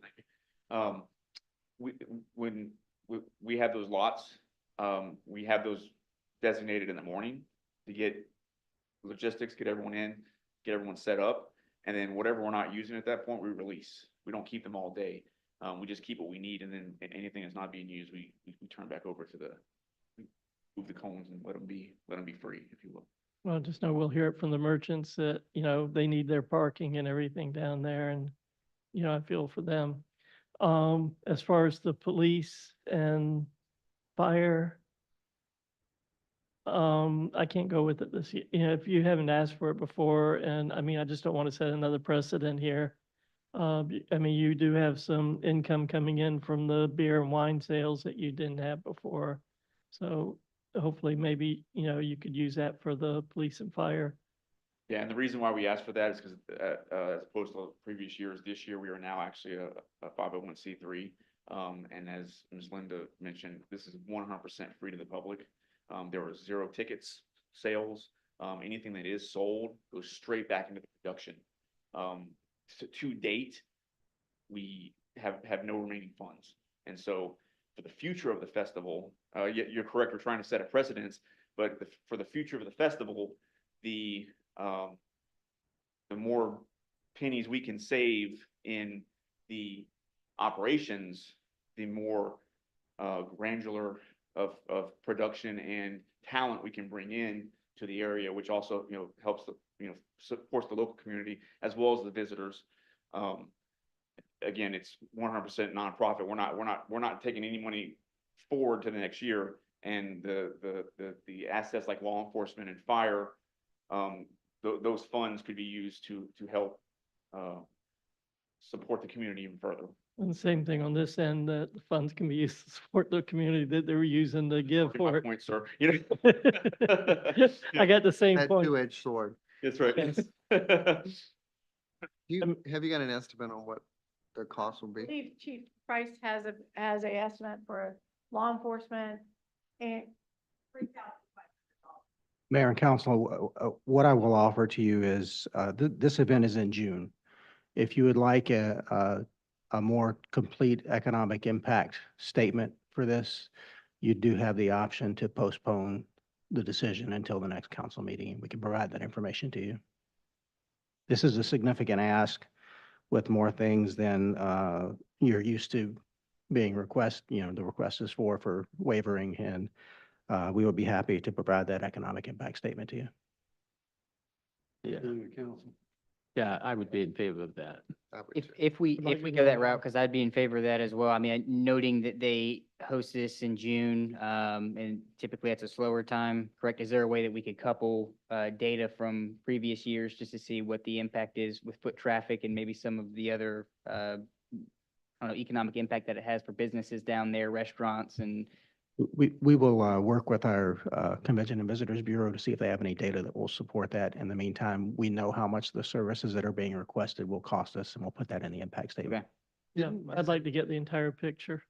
Didn't Visit Beaufort didn't they do the demographics on it last year? Correct. Yeah, so they would have that data. they have that data. And to date, we're over 5,000 attendees every year. Very good. And did I see somewhere that you guys are potentially bringing in vendors? Good question. No, we're toying with our model every year. Obviously we have food trucks. Those vendors are coming in. We'll bring in those every year. As far as craft vendors, we're trying to figure out what's the best of the space. So the first 2 years we did craft vendors similar to every other festival off to the side over by the marina where, you know, attendees can go meander and find stuff they like to purchase. This year we actually had just two craft vendors actually in the greenery area where super located, and then we had one of our vendor tents for actually I think it was one of the high school volleyball teams doing their own fundraiser. So we paid for their tent to be there. I'm sorry, I talk loud though. Yeah, sure. We paid for the volleyball team's tent, and they did their own little fundraiser with face painting, and they didn't give us any money for that. It was just for them, an opportunity for them to be there. So again, each year we're kind of toying with what's the best model. We started with what has worked in the past for all the other festivals, but the whole goal for us is music. It's the production to provide to the community. So, you know, maybe the craft vendors isn't necessarily right for us. We give up funds by doing that because all the craft vendors provide the festivals with some form of monetary compensation for being there. So we're foregoing some of that just to see what's best for our festival and see what works best for the community. Not necessarily just what's best for our pockets, but obviously that's part of it too, which is why we're here. And I've been to the festival and I've enjoyed it and I think it's a good festival. No complaints on that. We're just becoming very sensitive about the Cost. police costs and the cost, those waivers. And Good. so let us postpone it if that's agreeable and get a little bit more data on it. So we don't set a precedent or start a precedent with Sure, all the eleemosynary organizations that want us to put. So, understandable.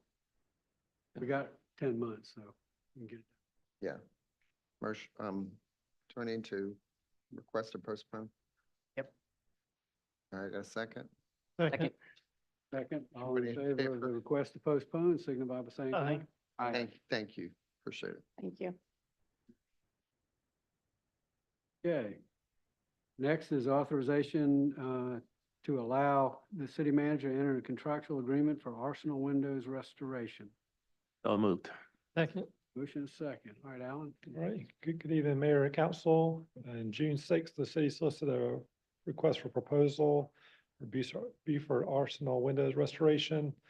The bids received include an alternate for paint removal at the exterior sides of all windows, including jambs, trims, sashes, and sills. The budget for this project is $200,000 from the state accommodation tax fund. The city received 3 bids from Charles Blanchard Corporation for a total of $437,944. Shenandoah Restoration for $152,397, and WXT LLC Weathertight for $274,943. The selection committee consisted of Linda Roper, Brian Ranger, and Betty Prom with Metters, and to review the summary ranking of their evaluations. Shenandoah Restorations scored the highest based upon their demonstrated experience with similar projects and the ability to complete the work on time, in addition to being the lowest bid. The selection committee is unanimous in recommending Shenandoah Restorations as the lowest, most responsible bidder for the project. Happy to answer any questions you may have. Any questions? Well, I was just taken aback at the variance Yeah. Dude. on it. Strange. I mean, when I was reading that, I was like, do they know what they're doing? Apparently they do. Yeah, they've done good work. I think we've used them Betters would before, know. another project. knew better. Better should know. That was just Kind my of comment. both on this one and the next, I was just very thrown back by the delta in between the proposals there. Did we look at the option of having one company do both jobs and that just wasn't something that was feasible? It seems like some of the fees that we're paying for setup on both sites are redundant from 2 different companies and are obviously charging, pretty hefty fees for that. But did we look at the option of having one company do both? I don't believe so. I know the next one, we kind of combine a couple of those projects into one, but this one is just for windows. I think it just takes a different skill set, different kind of contractor. Other one, No, that plaster Shenandoah. on the outside of the wall for the Arsenal, you gotta have somebody who knows what they're doing. I think it's a cement plaster or something. I'm not an expert on it, but Yeah, it's- no, the only reason I ask is, again, because I see the spread. Yeah. But then when I looked at the history of the one company, they have the skill set to cover both jobs. And so it just triggered the Okay. question as to did we, Yeah, I know that, That I know opportunity to see if Shenandoah there was a did chance. bid on the other Didn't bid on it? projects. what's that? I know Shenandoah didn't bid on the other project. Maybe they Yeah. didn't feel comfortable doing that part of it as well with the walls. Okay, well, I'm gonna call for the vote. All in favor of authorizing the city manager to enter into a contractual agreement for the Arsenal windows restoration, signify by saying aye. Aye. Aye. Okay, next is authorization to allow the city manager to enter into a contractual agreement for Carnegie Library interior and Arsenal walls restoration. Kind of redundant. So moved. Windows and walls, okay, yeah. All right, we have a motion. Do we have a second? Okay, Alan? Yeah, for this project, we're able to kind of combine both the Carnegie interior plus the Arsenal walls. Our consultant with Metters recommending kind of merging these 2 together. So we issued a request for proposal back in May. 3 bids were received on June 26th. The project budget is $439,000, $639 overall, which is $200,000 coming from Parks and Tourism Fund, and $239,639 from the State Accommodation Tax Fund. The three proposals were from Charles Blanchard Corporation for $730,790, Esposito Commercial Construction for $1,325,714, and then Mashburn Construction Company for $266,581. The selection committee met in July 14th, consisting of Linda Roper, Brian Ranger, and Betty Prom of Metters. And they ranked theirs. They had Mashburn Construction as ranked the highest based on their demonstrated experience with similar projects and the ability to complete the work on time. The committee also discussed with them, met on July 23rd with Mashburn and their masonry subcontractor to confirm that they have sufficient experience working with natural cement that is required for the arsenal walls. And the selection committee was unanimous in recommending Mashburn Construction as the lowest, most responsible bidder for this project. Since we're talking about this, I'll go ahead and bring up what I was talking about. I know that, we're past that point and I'm not on that committee, but one of the things that I would have looked at, if you look at page 202 in our packet, you could see the spread, right? You had three companies provide their bids, and the one that we chose came in at 266,000. The top was 1.3 million. I mean, $1 million difference on the same job. But then if you go to page 212 in their packet of information that talks about their company, decades of demonstrated success, they've completed 17,500 of adaptive reuse renovation of 2 historic downtown Charleston buildings, transforming existing commercial space into a restaurant and wine cellar.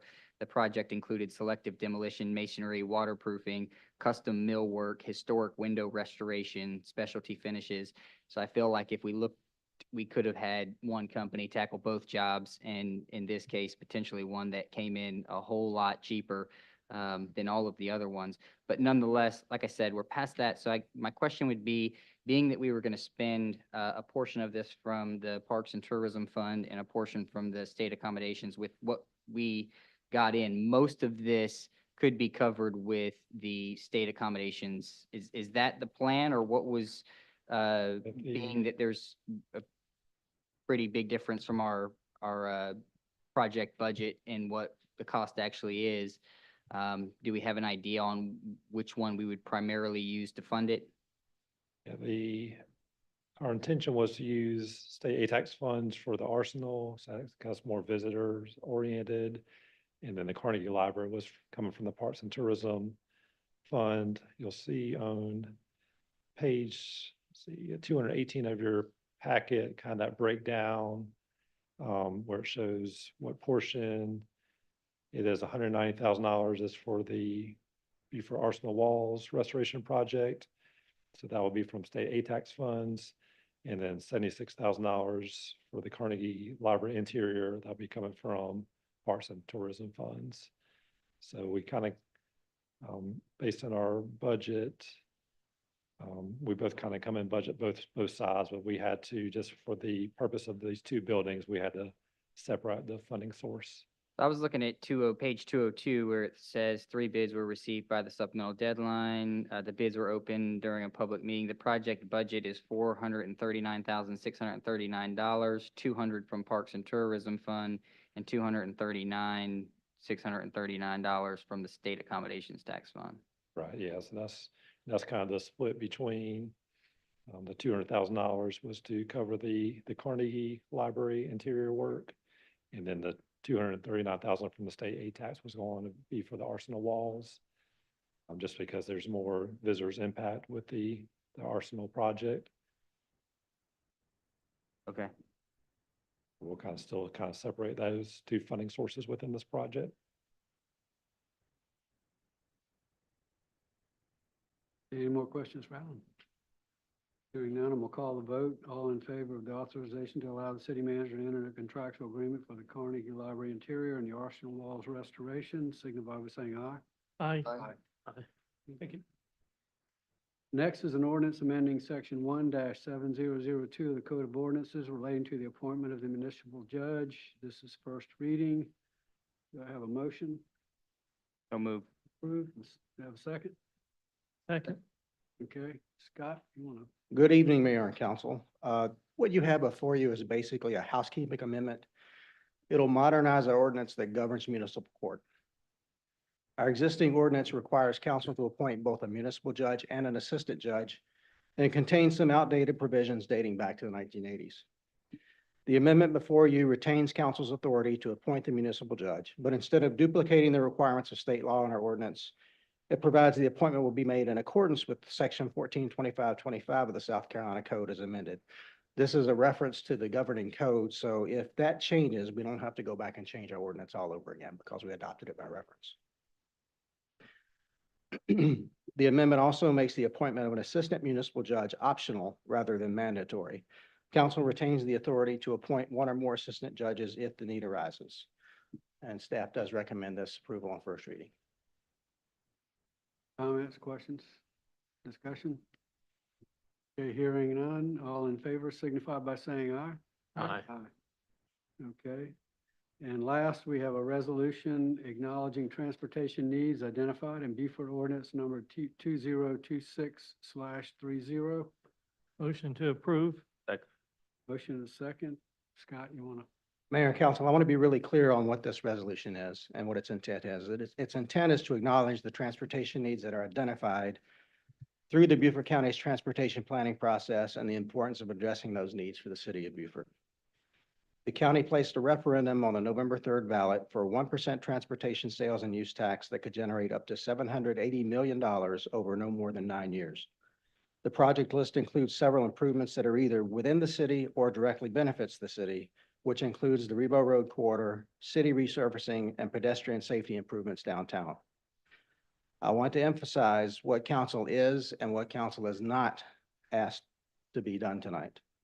This resolution does not endorse the referendum, oppose it, or encourage anyone to vote either way. In fact, it expressly says that it's for informational and educational purposes only. The voters will decide whether the proposed sales tax is the appropriate funding mechanism. What the resolution does say is that the transportation needs identified through this process are important to public safety, mobility, economic vitality, quality of life, and those needs that will require substantial public investment regardless of the funding mechanism ultimately used. Staff does recommend adoption of this resolution. Okay, any comments or questions for Scott? Hearing none. I actually do have some, and I'm going to try to keep my comments obviously germane to the fact that this is educational, and I apologize that I wasn't able to pass this on earlier. I came across this was the last thing that I read in the packet.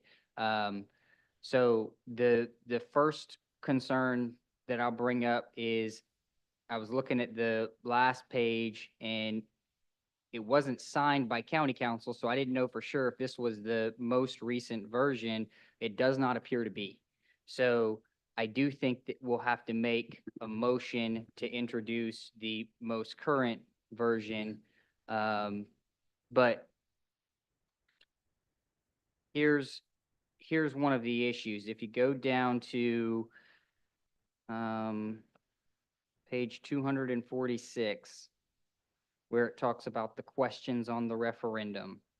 Question 2 states, I approve the issuance of not exceeding 780 million of general obligation bonds of Beaufort County.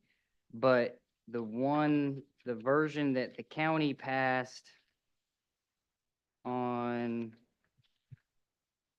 when did they have their third reading? I thought that was the one I pulled from third reading, but perhaps not. June 22nd of 26.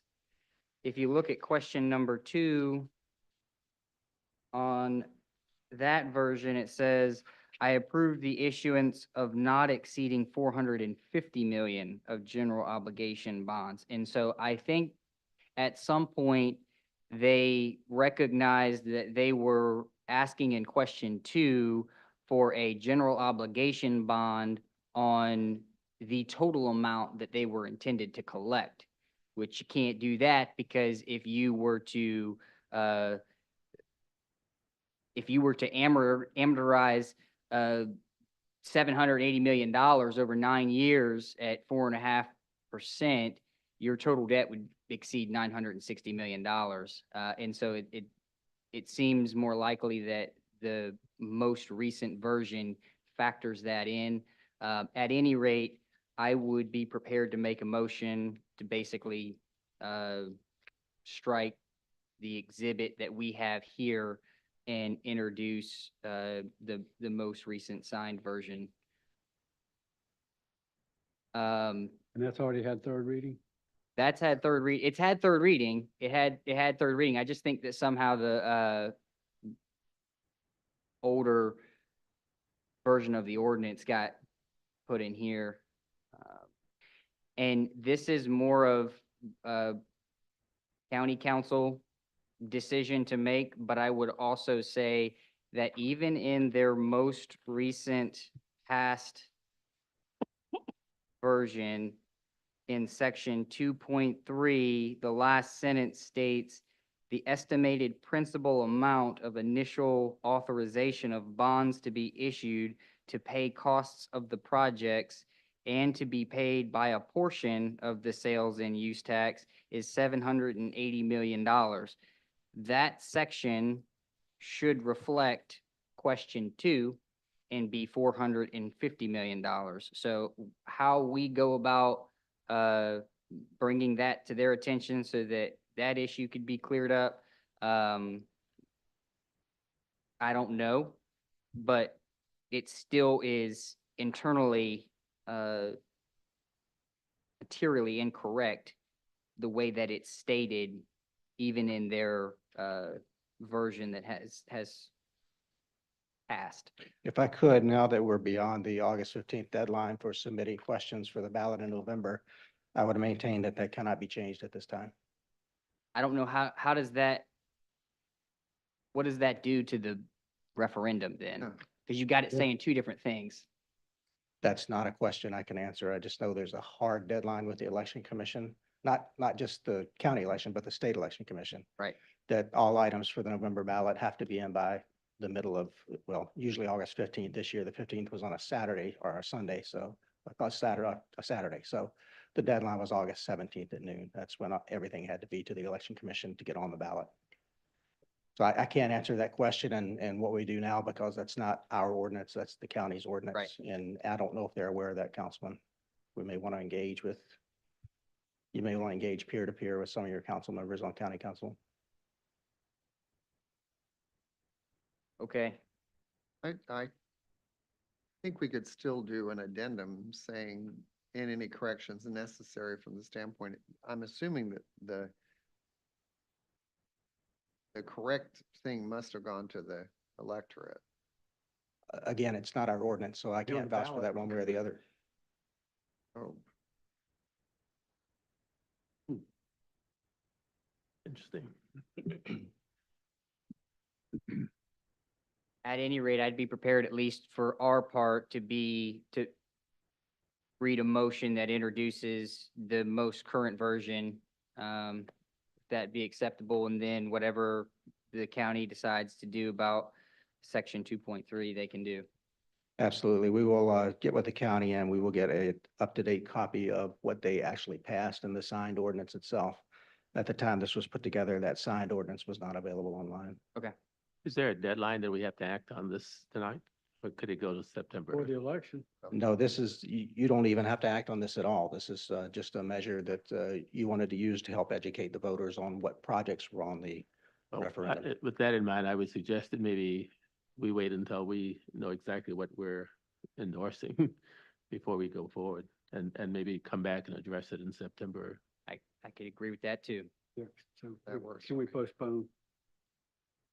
Till you find out? That certainly is an option that council has. I would maintain, however, I would be remiss if I did not point out that the primary purpose of this resolution is to highlight the projects that would benefit from the referendum. So I don't know if you want to take that into account or not, but we can certainly postpone this until a later date if you would like. I'd feel more comfortable till we got the right numbers, because I don't want to confuse people. Right, if, because of what we're passing here, even if it's just for educational purposes, and there's either inconsistencies in what we have in the packet versus the current, and even inconsistencies materially in what they have passed, I wouldn't want to pass it off as educational for the public if we could delay and get it right. Exhibit A does not change. Exhibit A, Is With the list of projects. That's still there. Yeah, it's. that's part of Exhibit A, yes. Yes, it's obviously a little different in their ordinance, the way that it's structured, but all the same projects. So what's the pleasure of council? Do we want to postpone? I say postpone. Yeah, to September. let's get the All right. verbiage right. Get there. All in favor of postponing this until we get the correct language on it? I'm fishing for one right now. So moved. So Mike will make the motion to postpone and I'll second it. All right. All right, all in favor of the motion to postpone, signify by saying aye. Aye. Aye. All right, that's it, Scott, I guess. Now it's time for the. Might as well stay here. Yeah. Just a few updates for me this evening. We continue to make good progress on several of our major capital projects. Most visibly, we reached another important milestone last week on the Charles Craven Drainage Project, with paving completed at the Charles and Craving intersection and along portions of both streets. There's still a lot of work ahead, but after months of significant disruption downtown, it's good to see pavement going down in those areas beginning to look like streets again. The King Street Drainage Project is also nearing the finish line. The contractor is working through the remaining punch list items, and we continue to anticipate final completion around August 24th. As King Street wraps up, we're preparing to move into construction on the Duke Street Streetscape Project. Permitting is now complete and staff is meeting with the contractor to finalize the construction schedule. JH Hires, which is completing the King Street project, will also be our contractor on Duke Street. We will make sure residents and property owners most directly affected by that work receive plenty of communication as we get underway. The city also continues to move forward with the long-term restoration of the waterfront park relieving platform. The deadline for responses to our request for qualifications for design services was last week, and I'm pleased to report that we received multiple submissions. Staff will now move into the evaluation and selection process as we take another important step toward restoring the promenade that's been closed now for the last year. And while we're talking about Waterfront Park, the day dock has now been back in service for about a month. Restoring that access in time for Water Festival was an important commitment for us. And again, we want to thank Oakland Marine and our staff for getting that work completed. I'm keeping capital project comments relatively brief tonight because council will receive a much more thorough update on these and our other capital projects at our capital project work session next Tuesday, August 25th at 5 p.m.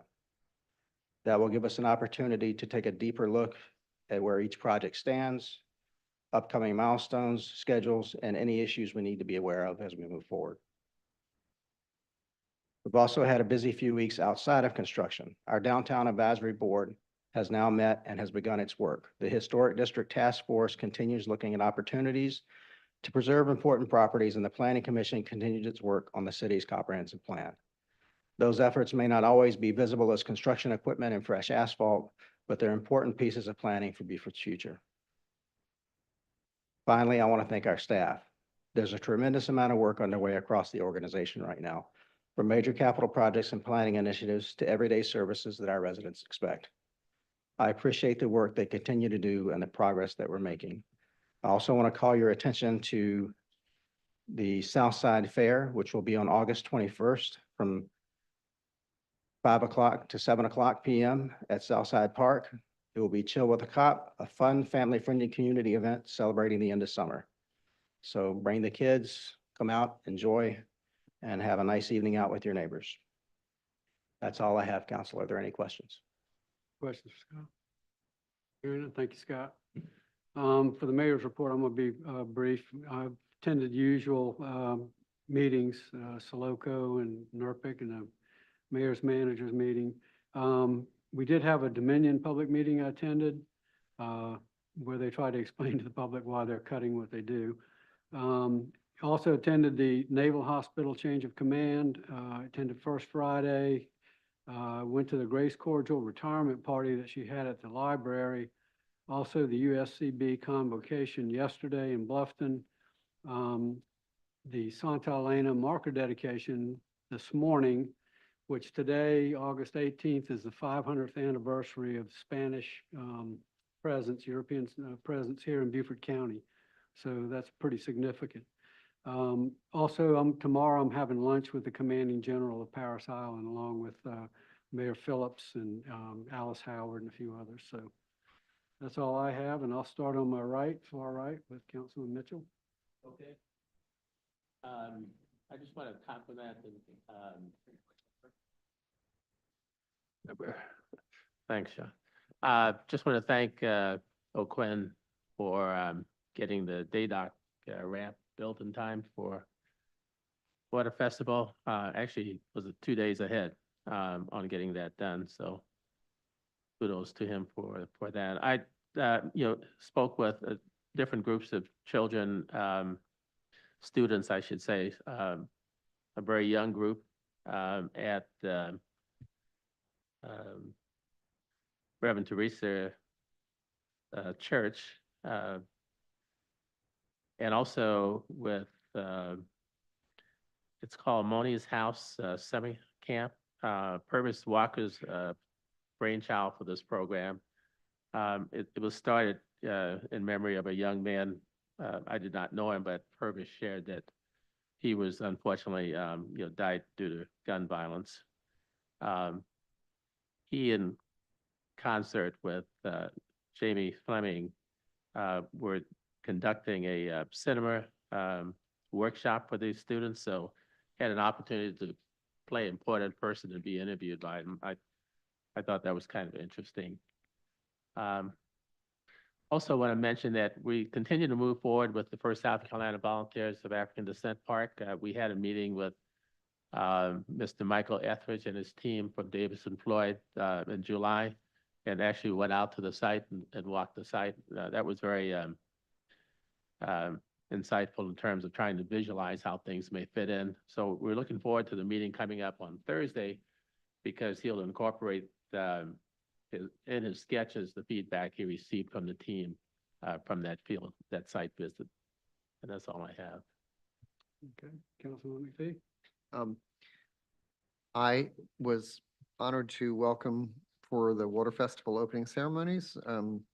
Also had a LATS meeting last Friday, which I was humored by. The town of Hardyville had asked LATS if we could help fund Exit 3, because the state now has decided that they want to guarantee that if they have any overages, that somebody's going to pick up the tab. Needless to say, LATS voted it down, and which they understood we were going to, because we don't have guide share money to do it anyway. And they have the money, they actually have the money budgeted for it according to very good estimates of what they feel, or SCDOT feels very comfortable with it, but our infinite highway department and our Ways and Means want there to be no overages beyond the dollar amount that they've approved. They want somebody else to be responsible. I also attended several of the Dominion tree cutting project workshops, not to any success, I might add. And also attended several activities with the Conroy Center, Literary Center, and am happy to announce that they have replaced the executive director. Robert Gwaltney has been named as the new executive director. He's the author of The Cicada Tree and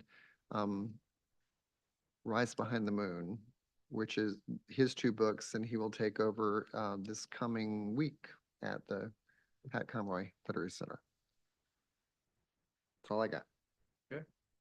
My far left, Councilman Scaletti. All right. I don't have much to report. I took the summer break and got to spend some much needed time with my family. We traveled to Fredericksburg, Virginia, where my sister is. She just recently moved there. It's where her husband was, his orders were.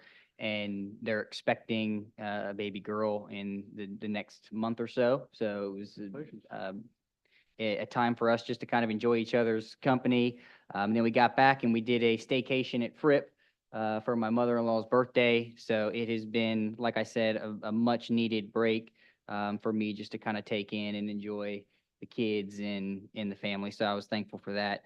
And Scott, you missed the update in regards to the county's economic finance committee, at least recommendation, right, we will go to full council. But I know you were there and spoke on behalf of the city in regards to the waterfront park, and we're very thankful and grateful for the county's support in the redevelopment project. Thank you for being there and providing them an update. And thank everybody that came out tonight. It was a little bit tough getting through some of the topics. And I always hate those tough decisions that require us to be stewards of protecting the city. And I hate that we're put in these predicaments sometimes, but that is the role, that is the responsibility. And I'm thankful for those that take the time out of their day to show up, provide us their position, and just go through it with us. So with that, I will pass it to Neil. Thank you. Thank you, Councilman Scaletti. I'm gonna get us out of here real quick. First, just quick thank you to Downtown Operations, Linda, Sarah, and Jennifer. Great first Friday, as always. Y'all did a great job. And with that, I'm gonna get us out of here real quick. Pursuant to Title 30, Chapter 4, Section 70A1 of the South Carolina Code of Law, discussion regarding personnel appointed by City Council, municipal judge. I move we go into executive session. Okay, we've got a motion and a second. All in favor, signify by saying aye. Aye. All right, we're in executive session.